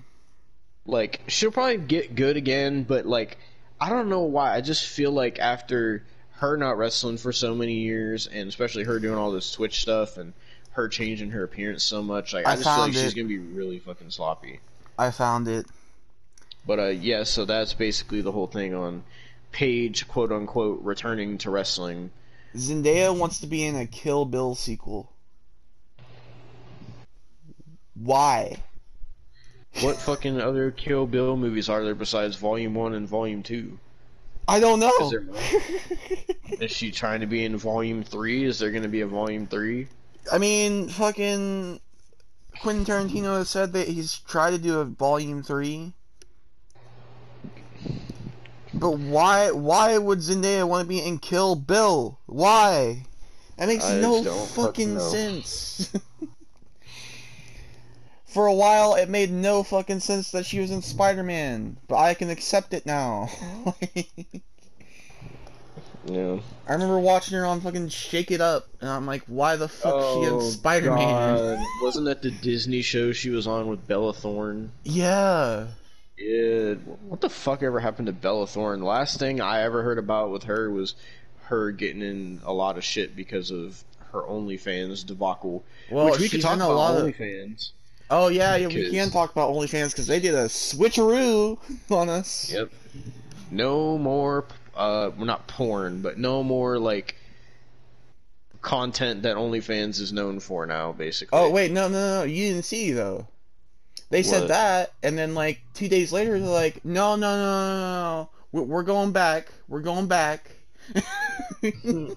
Oh, so OnlyFans is gonna stay the same? Yeah. Oh, okay, good. I mean, they realized their error.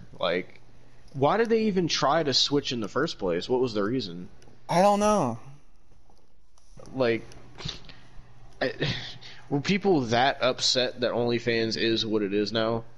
Like, like, fucking, it's like the people who were fucking supporting Brandy Lauren, saying that that's not what OnlyFans was originally made for, and what all, like, were all those people complaining about OnlyFans being pretty much a PG porn site? Like, come on. Like, Pornhub already got fucked. Let us have something. Like, Pornhub sucks now, dude. They lost so much of their fucking shit because of their stupid fucking dumbasses got like 80% of their library erased, and Pornhub just sucks now. And fucking all these other sites like RedTube and XTube and XHamster, like, they're not good either, because a lot of them are fucking like just really bad videos, or like they even have clickbait stuff on there and ads, and it's like what, like, come on, let us have OnlyFans, god damn it. Like, you know how many like of these women are making legitimate fucking careers off OnlyFans? Like, how much fucking money they're making is ridiculous. Like, let the people make their fucking money. Who fucking cares if it's doing that or not? Yeah. God damn it. I mean, Karina Kniff, she's like a person that like tags along with David Dobrik. She's making like $4 million a month off that shit. So you fucking don't. Not even that. You know how fucking much Belle Delphine makes? How much on OnlyFans? I don't know, but I'll look it up. But it has to be in the millions. Has to be. Maybe man. even billions. It has to be. How much does Belle Delphine? Why does somebody look up how much does Belle Delphine weigh? What the fuck? Alright, now it is time for our Stranger Things of the week. And today, we watched Season 2, Episode 6, The Spy. So, we had a lot happen in last week's episode. This is continuing from there, so I'll go ahead and cover... Well, I'll let you cover how the episode started off, actually. Let you take the reins. Episode started off with them, with Will. Basically, they are taking Will into the hospital, because, the fucking derpy face, the truth or dare face, the Among Us sus face from last episode, and they're trying to figure out what's going on, checking for burns, everything like that. And then it cuts to, or wait, no, I think that's what starts the episode that goes to the credits, right? If I'm correct, or is there more to it? So after the Will hospital thing, they show Dustin and Steve driving, and Dustin's trying to tell Steve about Dart, and Steve's not really believing him at first, so they go to Dustin's house, and they go to like the cellar where Dustin locked Dart in, and then they open it and they don't see anything, and they're like, it must be farther down in there, so they go down in there and they see that Dart shed his skin again, which means it's becoming bigger, and so they find out that it actually busted through the brick wall and dug a tunnel into the Upside Down, basically. And then that's how Chapter 6 starts. And then after the credits, we go to Will's mom talking to all the doctors in this big board meeting room, and they're trying to tell her what they think is going on, and she's tired of hearing what they think, and she wants to know what's really going on with her son, and she's acting like they're bullshitting her and they don't want to tell her the truth, or that all of them really don't know anything and they're just feeding her stuff to calm her down. And so she gets mad, and she's like, I want to know, does any single person in this room know what is actually wrong with my son? And like, nobody says anything. So then it goes to uh, cuts to a tape of the doctor saying, like, we have to keep this contained or whatever, that Jonathan and Nancy took, and we see that Jonathan, Nancy, and the other dude are making, like, they're burning copies of the tape and they're mailing it to all these, like, news stations and stuff. And so that's their whole plan, to try to get the laboratory taken down. And so after that, they just start having a conversation about how they're drinking vodka, and then Jonathan's like, I don't want any more, I have to drive. And then the dude's like, they were saying they had to go home because their parents or whatever, and he was like, yeah, and your parents aren't going to be proud of what you guys have done if you try to tell them. And then he tells them they can use his guest room, and then they try to tell him that they're not lovers, and they have like an awkward conversation, and the dude's like, calls their bullshit and says Jonathan has trust issues because of his dad, and that Nancy, like, tries to hide how she really feels and tries to make her believe that she's in love with Steve when she's not. And they both are appalled at what he said, so they both go to sleep in separate rooms, and they're just sitting there like I don't hide away, and I don't have trust issues. And then they both walk out of their rooms and talk to each other, and the conversation is kind of awkward, and they tell each other goodnight. And then they both close their doors, and then a second later, like, Nancy gets out of bed and goes to open the door, and Jonathan is standing there, and they both look at each other, and then Jonathan kisses Nancy, and then she, like, steps back for a second and just looks at him, and then she kisses Jonathan, and they really start going at it, and then the door shuts, so that implies they fucked, I guess. And so Jonathan and Nancy are finally together, and then when that's going on, it smash cuts to Lucas's sister, who's playing with one of his action figures, and Lucas comes in and is like, hey, what are you doing? And he tells her to stay out of his room, and she's like, you need to tell your stupid friend to shut his mouth. And he was like, what are you talking about? And she was like, he's sitting there on the walkie-talkie saying, code red, code red, code red. And she said she turned it off, and then Lucas is like, oh shit, I gotta go do that. So he turns his walkie-talkie on, and he's like yelling for Dustin, and then Dustin's like, oh, look who finally decides to pick up. And then he tells Lucas about Dart, and then tells him to meet him at their, like, meeting spot that they always meet at. And then it cuts to the doctor walking into Sheriff Hopper. We also seen, like, Hopper had to get showered off after being in the Upside Down because the vines were on him and he had, like, stuff on him, so they had to, like, give him a chemical shower to get that off, and he was in a lot of pain. So they walk in and they're like, we have a gift for you, and they give him, like, a hazmat suit, and they basically take him down this elevator into this deep hole down into the Upside Down that they have now, and they're showing him how they were, like, burning it and saying that it's like whatever's going on in the Upside Down, it's spreading everywhere like a virus or like cancer. It's spreading everywhere, and burning it is how they're trying to stop it, I think. And when they burn it, it makes Will feel it because he has the Mind Flare virus in him. So whenever they burn stuff, he feels like horrible pain all throughout his body because the Mind Flare is spread all throughout his body. And so then it goes back to Will laying in the hospital bed, and Will's mom and Bob are sitting there talking, and Will finally wakes up, so Bob goes to get a doctor, and then they come back in, and Will, like, looks at Bob, and he was like, who are you? And he was like, it's me, Bob. And Will just calls him he's like, no, you're a doctor. So, like, Will doesn't remember who Bob is. And then I just kicked my dog. I didn't mean to.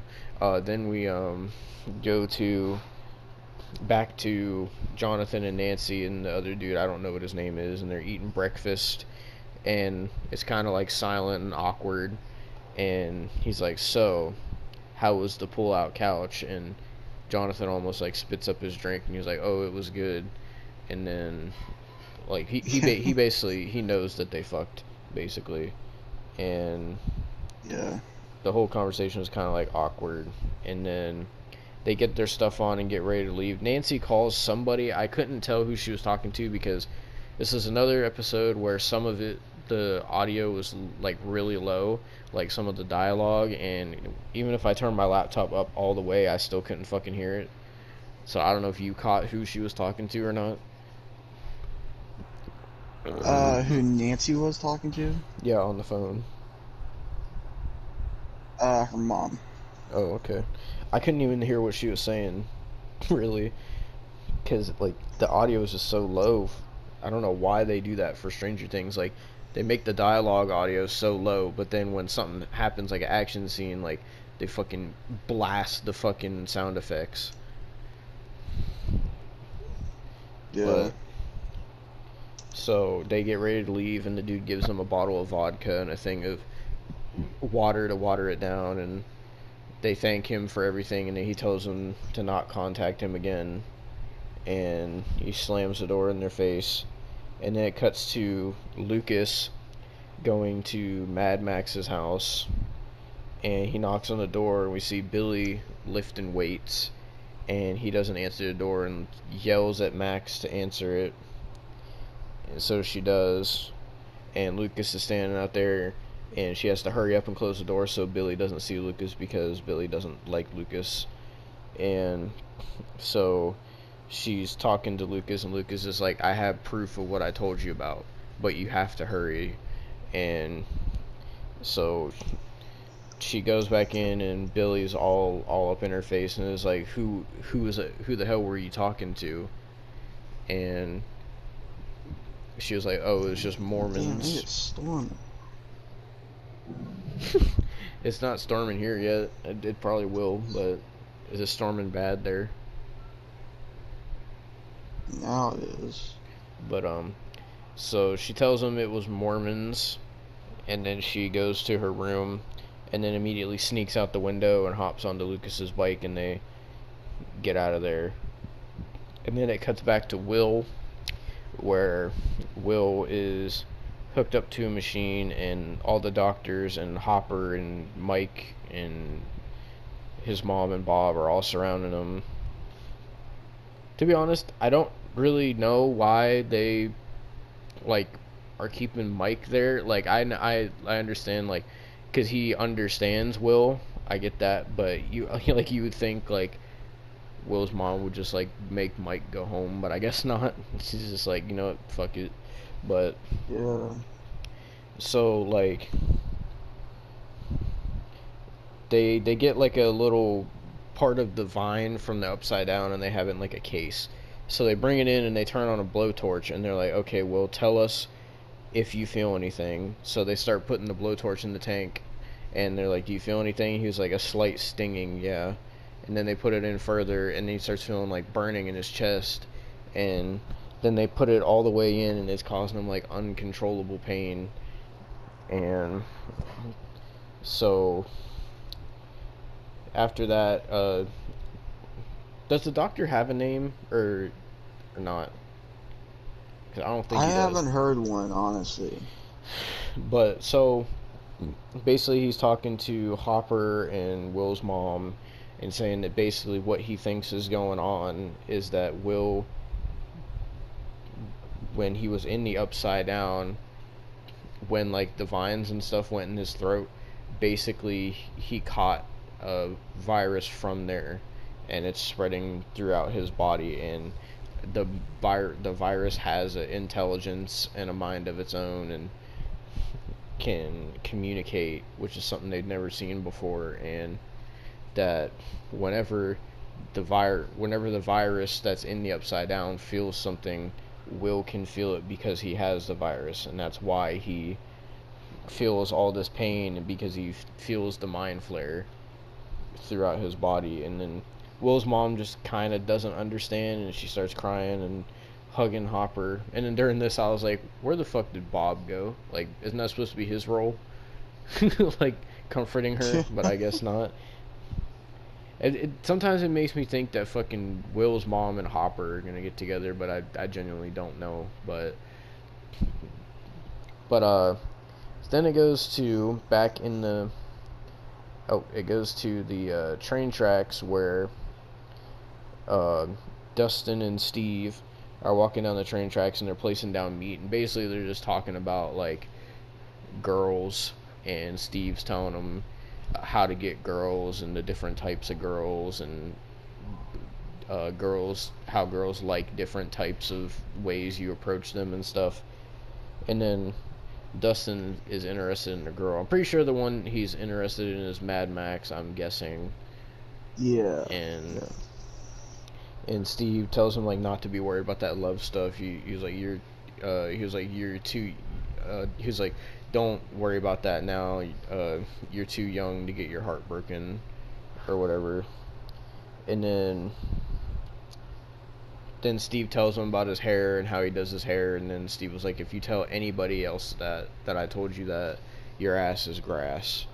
And then it cuts to Hopper getting into his truck, and he grabs the little mic thing and clicks it, and we hear him talking to Eleven, who he thinks is still at the cabin, and is saying that he's sorry and for everything, and that he knows he's been gone for a while, but he'll be home soon, and he doesn't want to lose Eleven, and he really cares for her, and he's like crying when he's saying it, but obviously Eleven's not there anymore. And then he says he'll be home soon, and then it goes to the doctors having a board meeting where they show Will's brain, like I think they said like a month ago or something, and then they show his brain the day before, which has way more red in it, and then they show his brain from an hour ago, which is almost all red. And basically their conclusion is that the virus is taking him over, and that's why they also show that Will is starting to forget people. So basically their conclusion is the virus is taking him over, and once it does, like, I don't know if necessarily that it means Will will die, or if he just won't be Will anymore. I'm not really sure, but my understanding from it would just not be Will no more. But so one of the doctors is like saying that they're like, I mean, the main doctor was like, so if this keeps spreading, like, it's gonna kill him. And basically like the main doctor is the only one that seems like he really actually cares, and the other doctors are kind of just like, they would rather just let him die, because they for whatever reason they don't want to, they said they don't have the time to try to cure it, and it would be better just to let him die, because for whatever their reasons are. And then the main doctor like disagrees with them and can't believe that they're saying that, so he goes and thinks to himself. So then Will's mom gets tired of waiting for the doctor, so she tries to get through the door where the guards are, and then Will sees that it reminds him of the soldiers, and then he sees the mind flare, or shadow monster as they're calling it. And basically he tells Mike, like, I saw the shadow monster and I know how to stop it. And then we cut to Dustin and Steve going to like their hideout place, like the junkyard, and they put a bunch of meat down and they're pouring gasoline and stuff. And then they meet Lucas and Max there, and then that's where Lucas tells Dustin, because Dustin's wondering why he brought Max, and that's when Lucas tells him that he told Max everything. And Dustin gets pissed because they weren't, out of the four of them, like Dustin, Lucas, Mike, and Will, like, they weren't supposed to tell anybody else. And basically they come to the conclusion that Hopper and Mike and Will aren't answering and that's why Dustin's with Steve, because he's the only other person he could turn to. And so whether they like it or not, Max is there to help them, so they're gonna have to just go with it. So then we see Jonathan and Nancy get back to Jonathan's mom's house, and we see like all the pathways that Will drew in the last episode, and Jonathan's just looking at it like, what the fuck is going on, and he's running around the house like yelling for his mom and Will, and doesn't see anybody. And then he finds a Polaroid and something else, and I couldn't really hear what he was saying during this. Did you catch what he was saying? I couldn't really catch it, honestly. Because like he found like a Polaroid, and it sounded like he said, "I found a Polaroid. That means someone else was here." I think that's what he said. So then it cuts to Will in like the main boardroom, and he has all these pictures laid out, kind of like his own pathway of the upside down or whatever, and the doctors are telling him it's stupid and it's a waste of time and they don't have the time for this. And Hopper tells the guy, he says, "Hey jackass, why don't you do everybody a favor and shut up?" And so then Will was like skimming through the pathways, and then he finds this one big area, and he was like, "This is it." And the doctor was like, "What's it?" And he was like, "I don't know, but I feel whatever is right here in this area, it doesn't want me to see, and it wants to keep it hidden, and I feel like that's how we could stop it." So then they get their soldiers geared up to go in the upside down. Meanwhile, oh, never mind. Yeah, they go into the upside down, and then we cut back to them boarding up this bus that we seen in the last season, and basically creating a trap for Dart. And we'll find out soon enough that the trap didn't go as planned.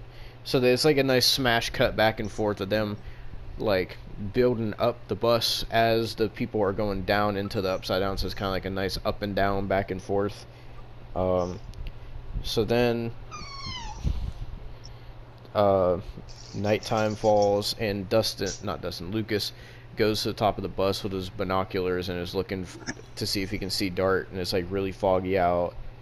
And then Max is asking Steve if he believes all this stuff, and if he's fought those before for real, and Steve is like, "Yeah, I have."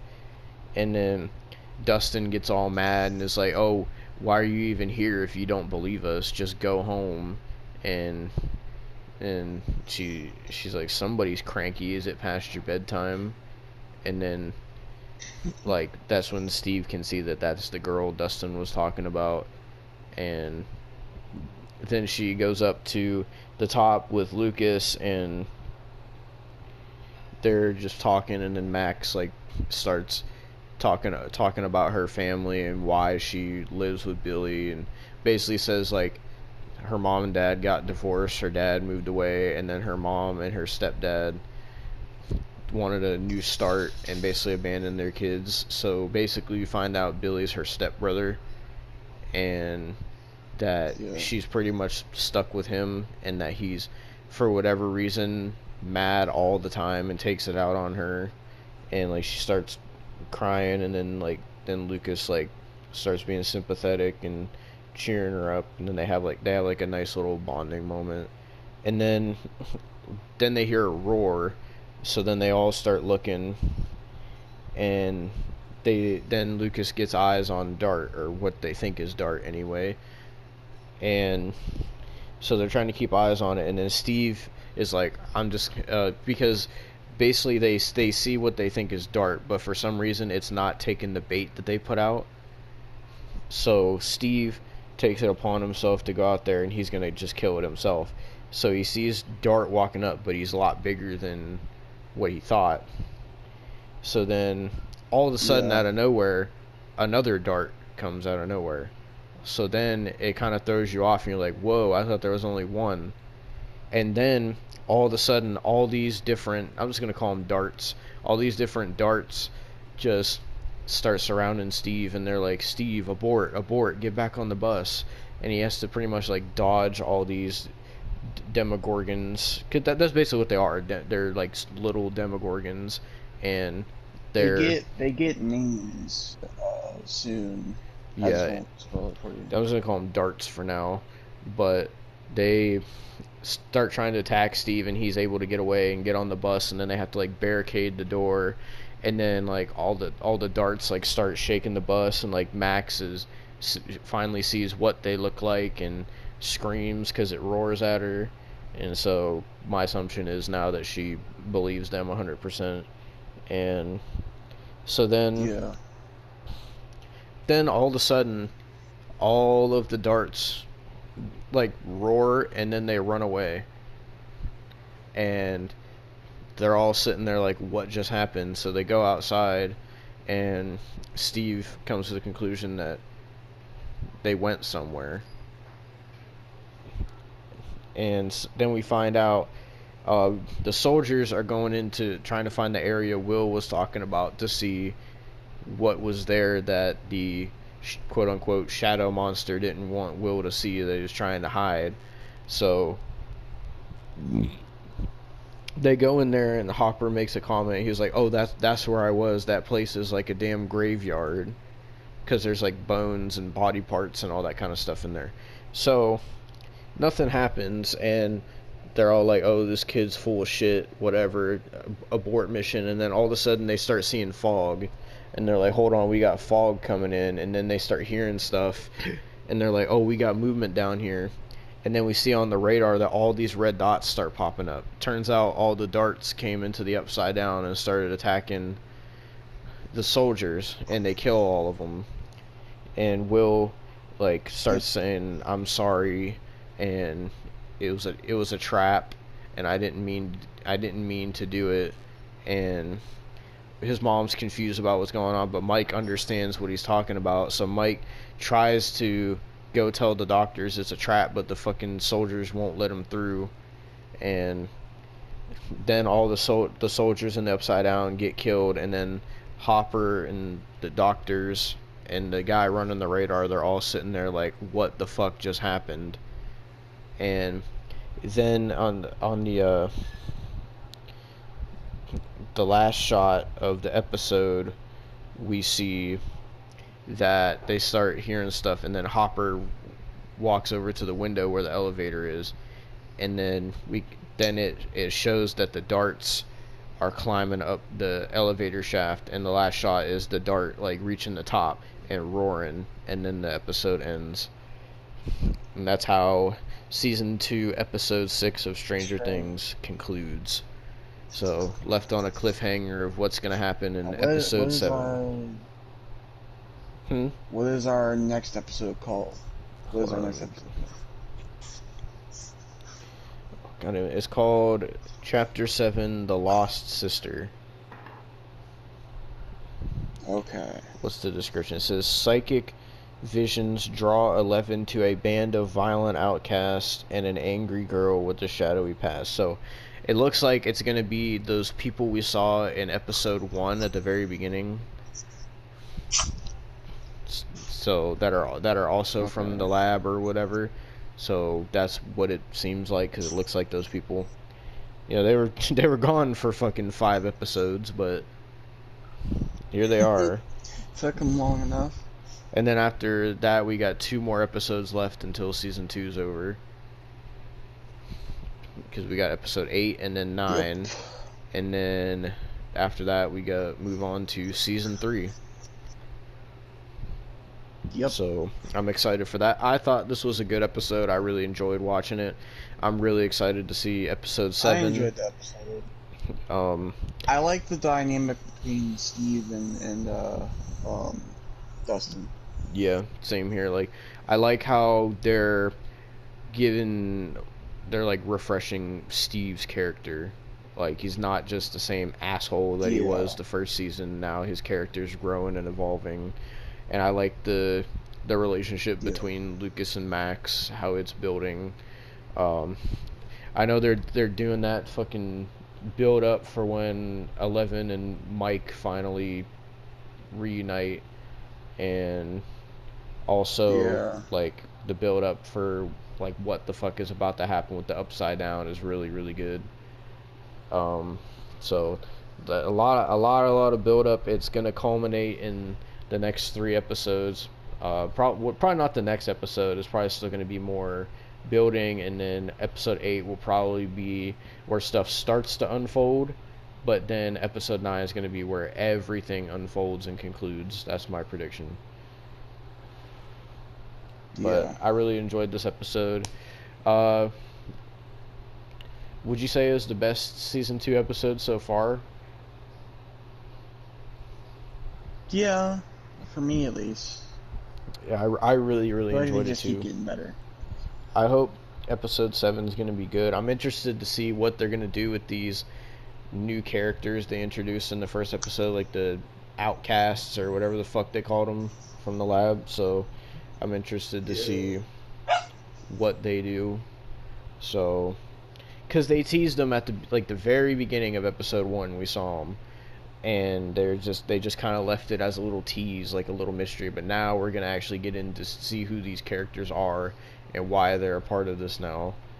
So I'm excited to see that. But is there anything else you want to say about this episode? No, not really. I do want to say the main reason I don't really talk during these reviews as much is because I've seen these before. Mm-hmm. Devin hasn't. This is like his blind reaction. So Well, this might be different there's when that we for get you. to season 4, so because that'll be Austin's Yeah, when blind we get to reaction. season 4, a bit. Yeah.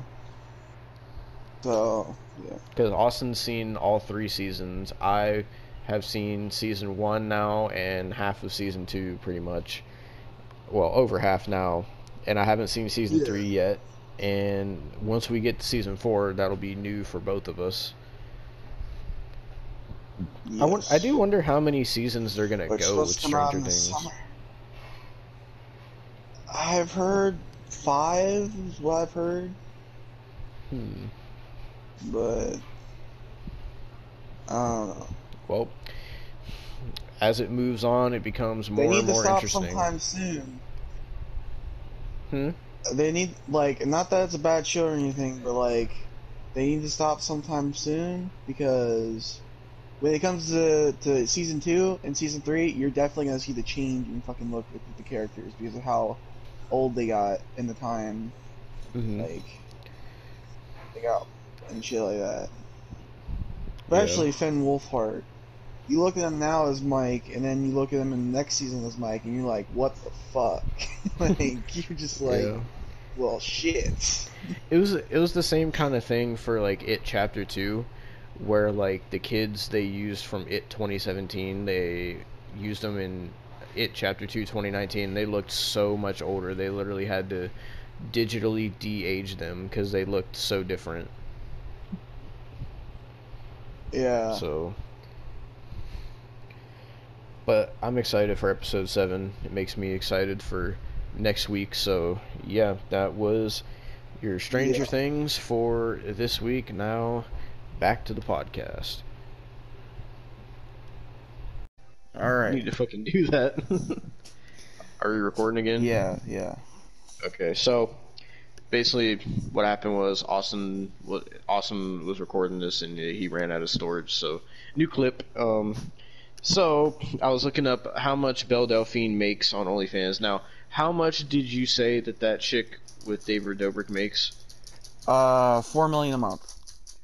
Okay, well, hold on. What? How up to date is this? Okay, Belle Delphine doesn't make as much as her apparently. Belle Delphine only makes 1.2 million a month, which is weird because I thought she was like the highest paid person on OnlyFans with how popular she is. No, I don't think she is.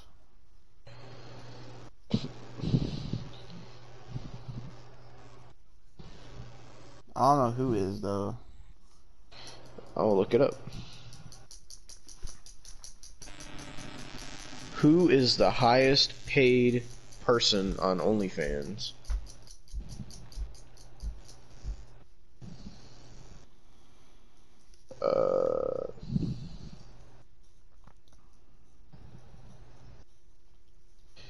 Can you just fucking tell me instead of fucking... Okay, highest paid earner 2021, the answer is Black China. Let's see how much this person makes. Black China makes $20.12 million a month. Oh god, you know who's number 2? Who? Bella Thorne. Oh god. She makes $11.7 million a month. Number 3, I didn't know she had an OnlyFans. Cardi B. Why? Why does she have an OnlyFans? $9.3 million a month. Jesus Christ. That is insane how much money they make. I don't know who... I gotta look this up now. Who is Black China? I want to see what she looks like. I don't fucking know. I mean... Okay, I'm looking her up now. Ew, she's not even attractive. Why does she make $20 million a month? Okay, she's related to the Kardashians. That's probably why. Okay, yeah. She's with Rob Kardashian or something like that. Okay. So that's probably why she makes so much. Alright. God, do I have to put... Oh god, do I have to put fucking Belle Delphine and Black China in the thumbnail now? I put Belle Delphine and I sent you a PNG. Okay. What's next? Well, what's your 2 topics? Because I don't know what your topics are that you said you're gonna piss me off. Well, you know one of them. Okay, well, then should we get to fucking, should we get to Mark Henry, then? I guess so. And then Okay. I'll go with my topics after that. So, Mark Henry is a fucking mark for AEW. So basically what happened was they did a match. I don't know if it was on Dark, if it was on Elevation, or if it was on Dynamite, but they did a match. It was Matt Hardy versus Orange Cassidy, and basically somehow they fucked up a crossbody to where Orange Cassidy landed on Matt's face, like really bad, and Matt now has a broken nose and his eye is swollen shut and he was bleeding pretty bad, and so a lot of people were shitting on AEW for it. So Mark Henry comes out of the woodwork to defend AEW, saying that, oh, freak accidents happen all the time and this and that, and people were comparing it to like where the one Matt Hardy versus Sammy Guevara match where Matt got a concussion and they still let him wrestle and shit. Like, and then Mark Henry was just trying to defend it. And then, I'm trying to remember what the other Mark Henry thing was. Oh, it was the CM Punk thing. So, as you all know, the last time we did the podcast, CM Punk returned to wrestling. He debuted on AEW. And so, Booker T made some comments about the CM Punk thing, basically saying that he felt that CM Punk's return was a miss and they didn't do it how they should have or whatever. And so someone asked Mark Henry what he thought about Booker T's opinion on CM Punk's return, and Mark Henry, being the AEW defender that he is all of a sudden, said that Booker T doesn't know what he's talking about. He probably didn't even watch it. Somebody probably just told him about it. Like, what the fuck is wrong with you, Mark? Like, you were never like that with WWE, but the second you go to AEW, you just defend them up and fucking down anytime they do something wrong. Mark Henry's always there as like their titan of mental strength. Like, he's like their Boogie 2988, I guess. Yeah. Like, why? Why, Mark? You are a Mark. I don't like Mark Henry anymore. Why are you taking my fucking jokes? Okay, well, if you want to be mad, I'll make you mad with my next topic. Because my next topic has to do with the man himself. Goldberg. Fuck off! No, no, no, no, no. So- No, why? Why? So, to update you about the SummerSlam thing, Goldberg said that he has to have knee surgery, and he said that he is not finished with Bobby Lashley, and when he comes back from his knee surgery, he's going to kill Bobby Lashley. So they are continuing the Goldberg and Lashley. God damn it, dude. Goldberg will win the WWE title. No. They're not gonna. They're gonna have him come back and literally destroy Lashley. No, they're not. He's getting his knee surgery, and then he said when he comes back, he's going to kill Lashley. Why? So, Why? So we're getting the Goldberg and Lashley match, probably at fucking, I don't even know, WrestleMania maybe. God fucking depending on damn how long it. he's out for his knee surgery. So gonna get a Goldberg WWE title reign, and then God Austin's Goldberg high is not over yet. No, dude. Oh man, I saw that right before we did the podcast. I was like, I got to bring this up. I have to. Goldberg for champ 2022. No, dude. Just no. Oh my god. Come on, Austin. The man has to defend his son. Bobby Lashley attacked his son. His scun. What the fuck ever he is.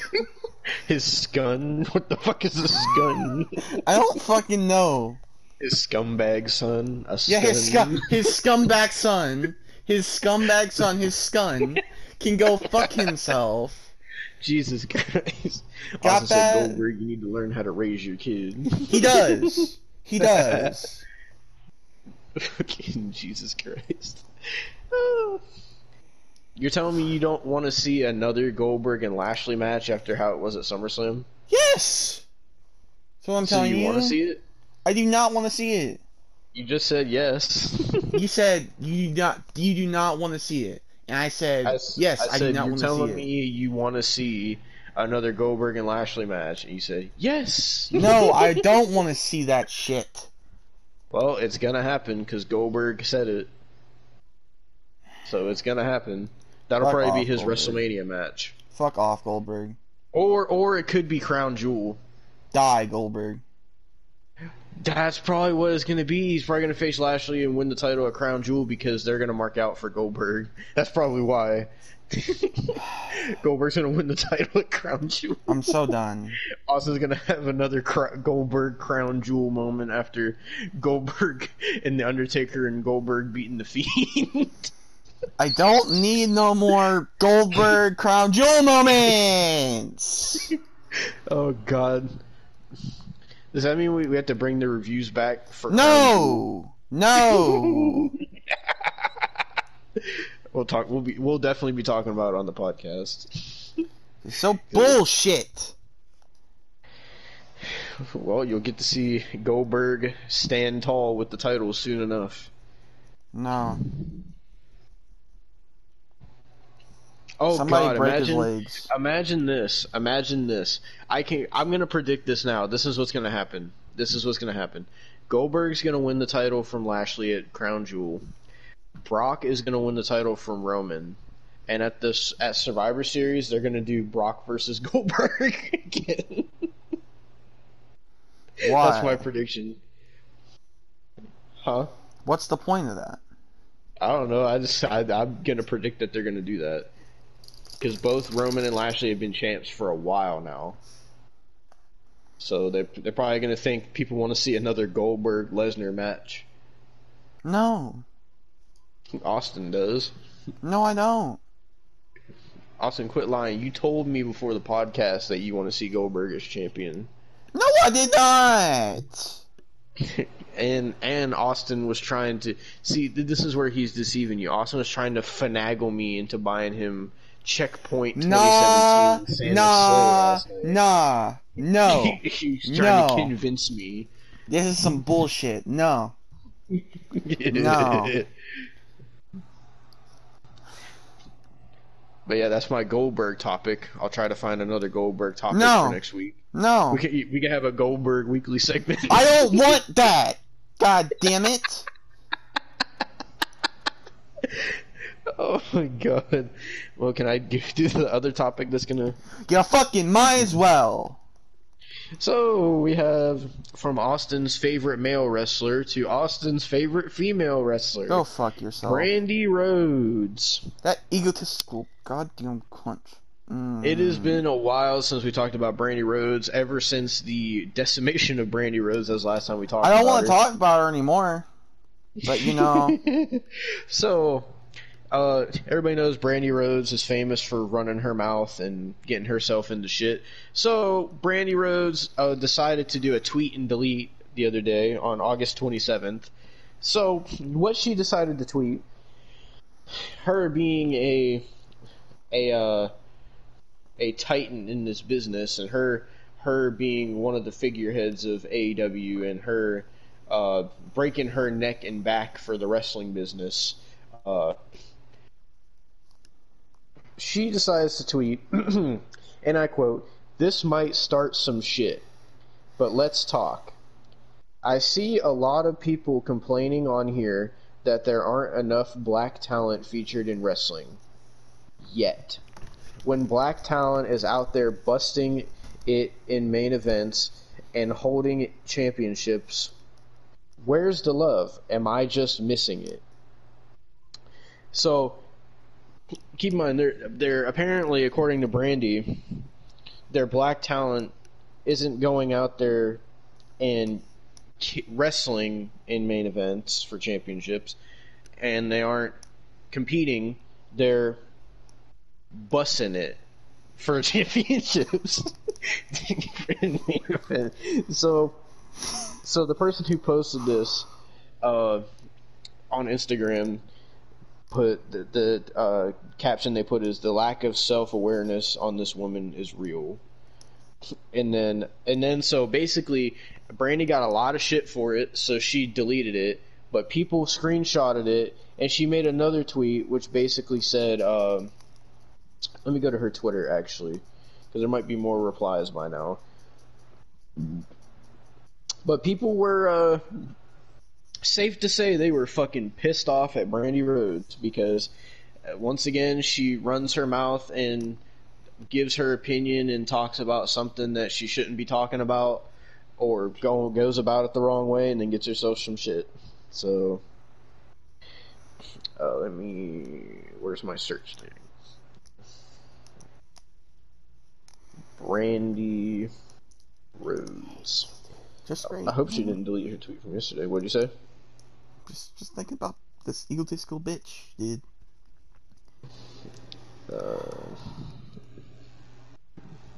Okay, so the tweet she made after she deleted that was, "Y'all are fun, I love ya," laughing emoji. So pretty much, like, after she got a shitstorm of hate, she deleted her tweet and then made this tweet pretty much like trying to laugh it off as us just being Mark wrestling fans, and us disagreeing with her opinions, and us basically laughing at us saying that we're dumb for giving her hate, basically.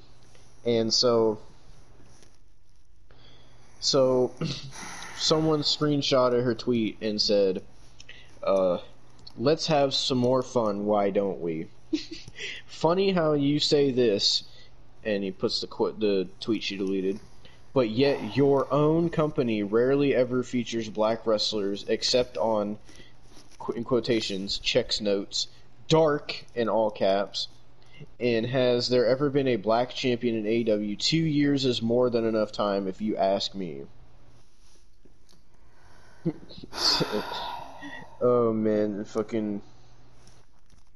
I'm glad people call her out on her bullshit. I'm so glad.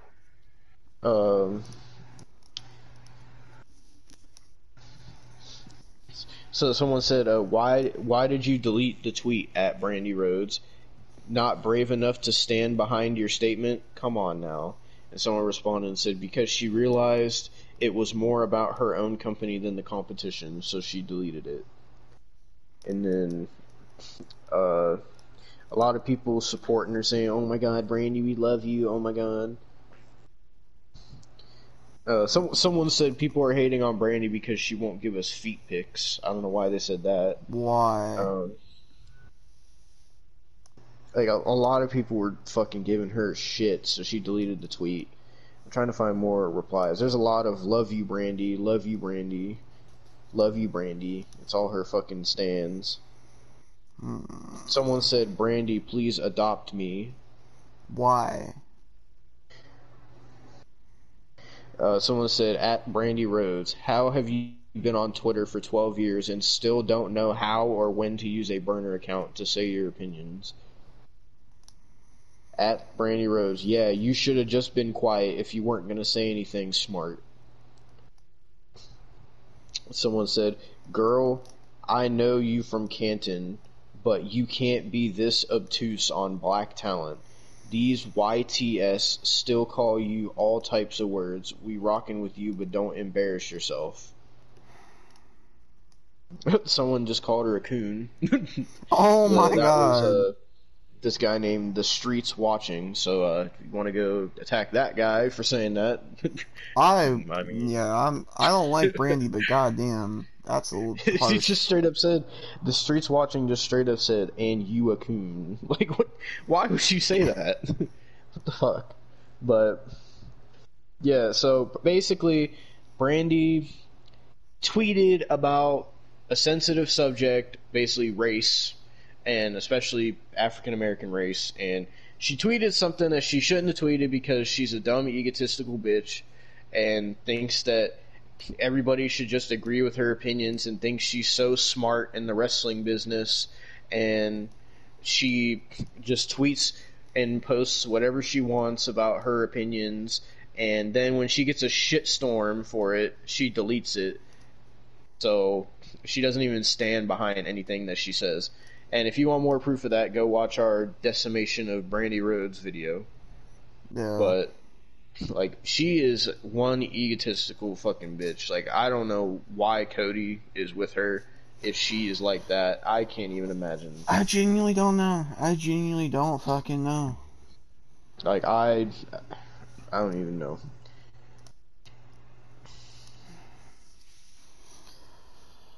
Oh, Jesus Christ. So I like how I just noticed this now. So she deleted the tweet, right? But she still has all the replies retweeted that were supporting her for that tweet. But she deleted the tweet itself. Wow. Wow. Fucking wow.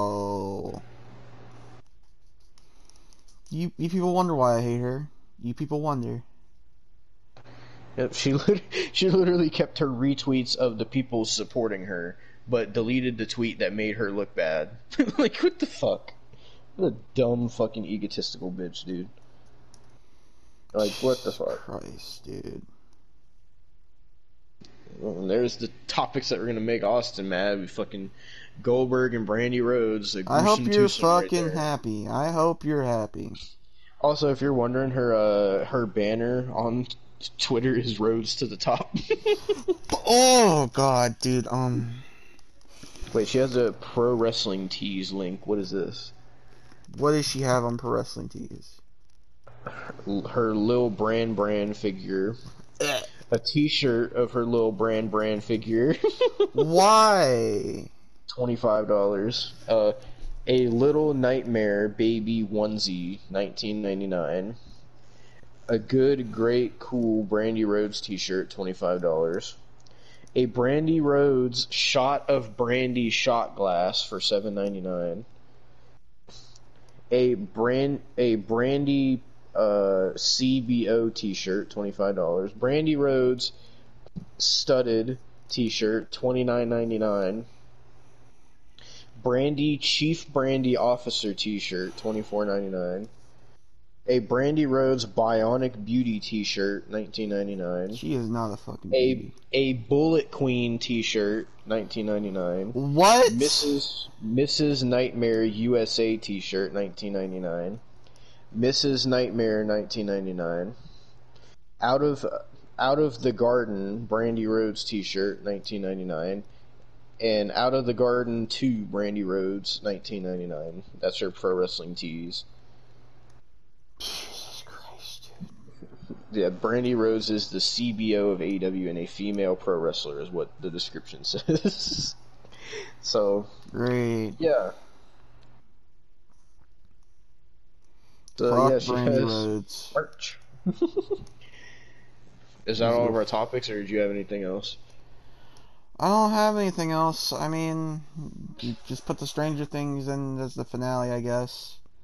I mean, I'm trying to... Did I send you anything else? I don't think you did. Hold on, let me see if I... Well, Screenshot anything. you might have to go down and shit because or go up. Because No, I'm the fucking last thing I sent you was the replies to the Brandy tweet. Well, the Okay. Brandy tweet. Let me see if there's anything we missed. Let me scroll up. Hold on. I thought I. Oh yeah, the fucking FTR might be leaving AEW. I sent you that because they put on Twitter. Dax put on Twitter. He put top guys out hashtag FTR, and they put a picture of them in NXT and a picture of them in AEW. So I don't know if that means they're leaving AEW or what, but I don't know. I hope so. oh, there was the one big topic we didn't fucking. God damn it! I wish I wouldn't have scrolled up. Oh my god, we gotta talk about Lana. Oh no! Oh god, I wish I would have talked about this earlier. God damn it. Okay, so Lana, I'm not even gonna call her Lana anymore. CJ Perry is a delusional fucking cunt that fucking. I talked about her before on whatever episode it was. I think it was the episode where we talked about when John McAfee died. I think it was that episode. Oh, okay. Is where we talked about Lana. Because that's when she was on fucking Chris Jericho's podcast. So, fucking, god damn it, fucking Lana, CJ Perry, puts on her Instagram. She's kind of been teasing this for a little bit, but she put the other day, I sent this to Austin, she said, I failed at becoming a WWE champion. Could I become a hashtag AEW champion? Or should I help others become champions? Regardless, I will end up higher than I would have ever been as just a WWE champion. Oh, Our Jesus. failures will define us. It's our choice of how they define our story. Oh. Are you fucking delusional, CJ? Regardless, I'll end up higher than I would have ever been as just a WWE champion. You never even got close to a WWE Women's Championship. You never were in any contendership. You were never in any title match. You were never in any ranking for the NXT Women's Championship, for the Raw Women's Championship, the SmackDown Women's Championship, the fucking Divas Championship. None of them. The women's tag team title, was the only title she ever fought for, and she put on one of the worst wrestling showings I ever saw. Go back and watch our WrestleMania 37 review, and I'll tell you exactly why in that review. That was the last Lana match that I ever watched before she got released, and now she's sitting here saying she'll be higher than she would have ever been in WWE. Get the fuck out of here. What you're going to do is you're going to go to fucking AEW, and they're going to put you with Miro, and you're just going to be his manager. Most likely. There's no way, and to be fair, it's AEW, they could, but there's no way AEW is going to make fucking CJ Perry a women's champion. Why on God's green earth would you ever do that? I don't know. She cannot wrestle. Fucking, I said this when we talked about her before, how Chris Jericho was agreeing with her. She can't wrestle. The only thing she's good at is showing her fucking body on TikTok when she does TikTok dances. That's the only thing she's good at. That's the only thing she's ever been good at, is being attractive. I'm sorry, but it's true. She's the same thing as Eva. She's the same thing as Eva Marie. She's the same fucking thing as the Bella Twins. She's the same fucking thing as Alexa Bliss. She's fucking... People only care about her because she's attractive. She has no wrestling skill. She has no promo skills. She doesn't know how to act. Do I need to bring up the fucking Lana and Liv Morgan lesbian storyline that they fucking erased from history? Do I need to bring up the fucking storyline where she left Rusev for Dolph Ziggler, and then Rusev was with Summer Rae, and fucking they were hitting Rusev with fucking fish? Do I need to bring that up? And do I need to bring up when you were in the fucking Total Divas tag team elimination match that was on the fucking pre-show of WrestleMania 32? Do I need to bring that up? Do I need to bring up how fucking Nia Jax, who I can't stand, puts your fucking ass through a table every single fucking week? Do I need to bring up how they fucking lowered Naomi to have her team with you? Do I need to bring up how you made Asuka look like a fucking scrub by teaming with you, and made her look like a fucking joke by doing TikToks with you? Do I need to bring up how you made fucking Rusev look like less of a man? Oh my god. She is sick in the head with her opinions. Like, she literally thinks so high of herself that she just assumes she's going to be a champion in AEW, and she assumes that she's going to be better than she ever was. You know, it's sad. It's sad when on Total Divas, Christ, Nia Jax told you that you couldn't wrestle and you didn't belong in a wrestling ring. Dear That is as God. low as you can get for somebody's opinion. When even Nia Jax tells you you don't belong in a wrestling ring, you don't belong in a wrestling ring. And neither does Eva Marie. God, fucking, I hate Lana.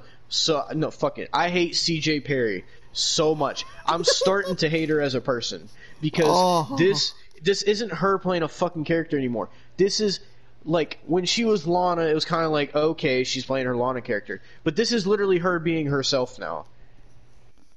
Like, she is a grade A cunt. I can't stand her. Like, she goes to AEW and wins the women's championship, I am going to be fucking furious. I wouldn't blame AEW you. is going to get a lot of shit for that too if they do that. I wouldn't blame you.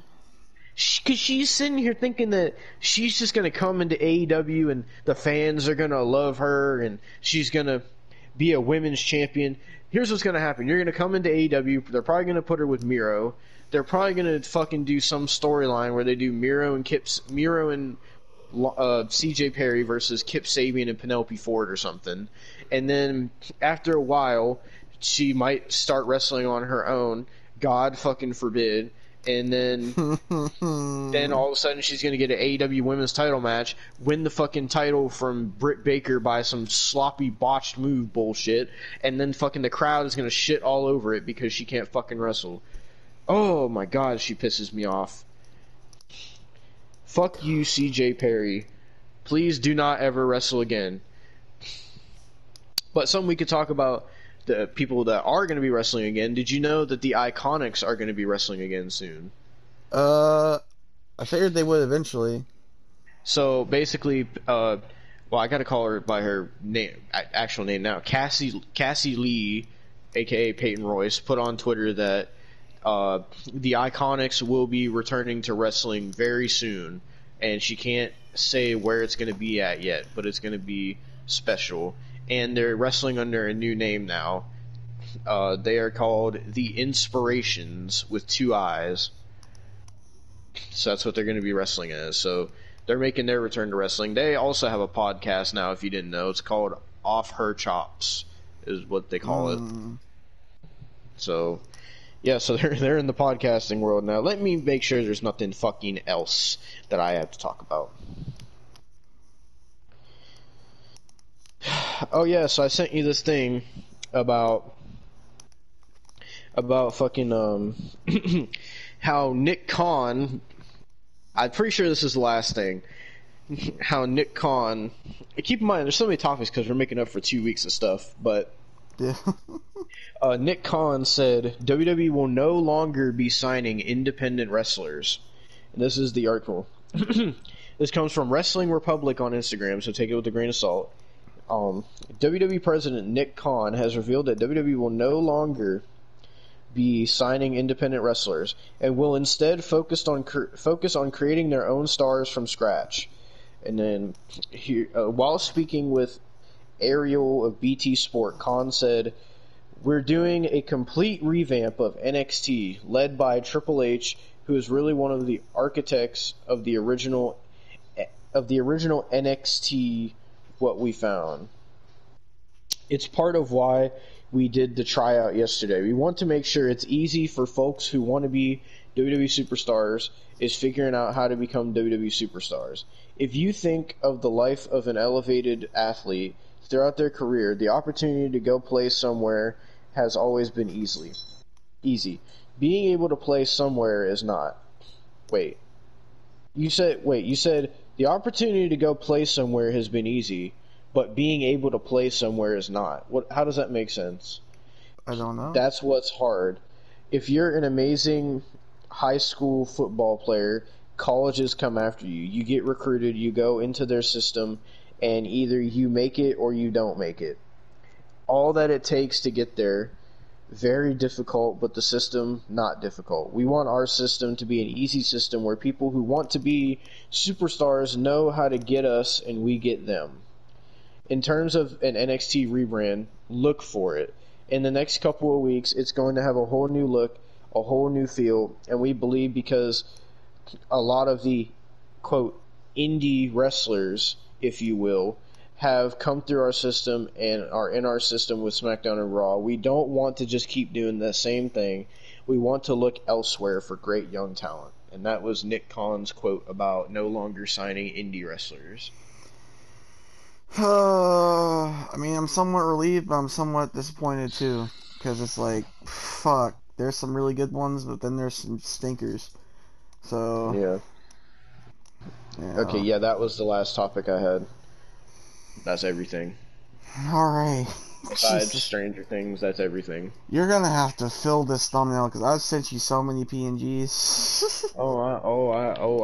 I know. Fucking, but yeah, I guess since I did the intro, I'll do the outro. Thank you, ladies and gentlemen, for watching this week's episode of the What the Fuck podcast. We will be back next week for episode 18, where we will cover Stranger Things season 2, episode 6, right?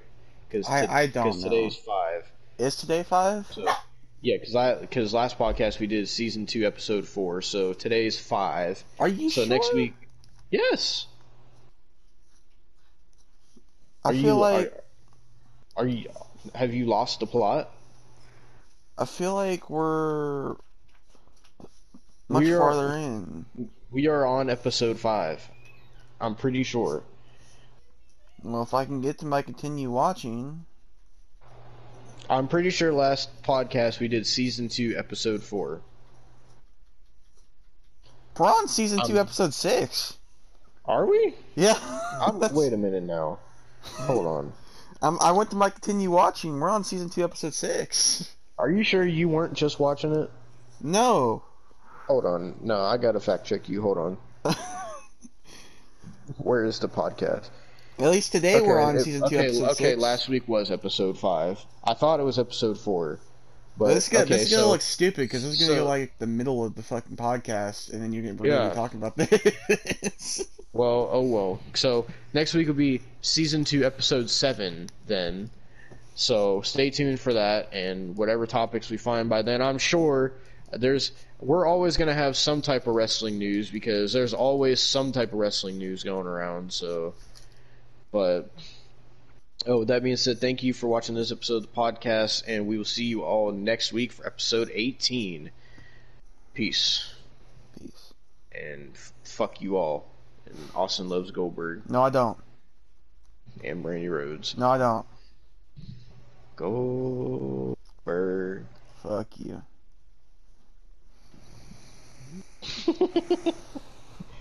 Alright. All How right. long was the podcast without Stranger Things?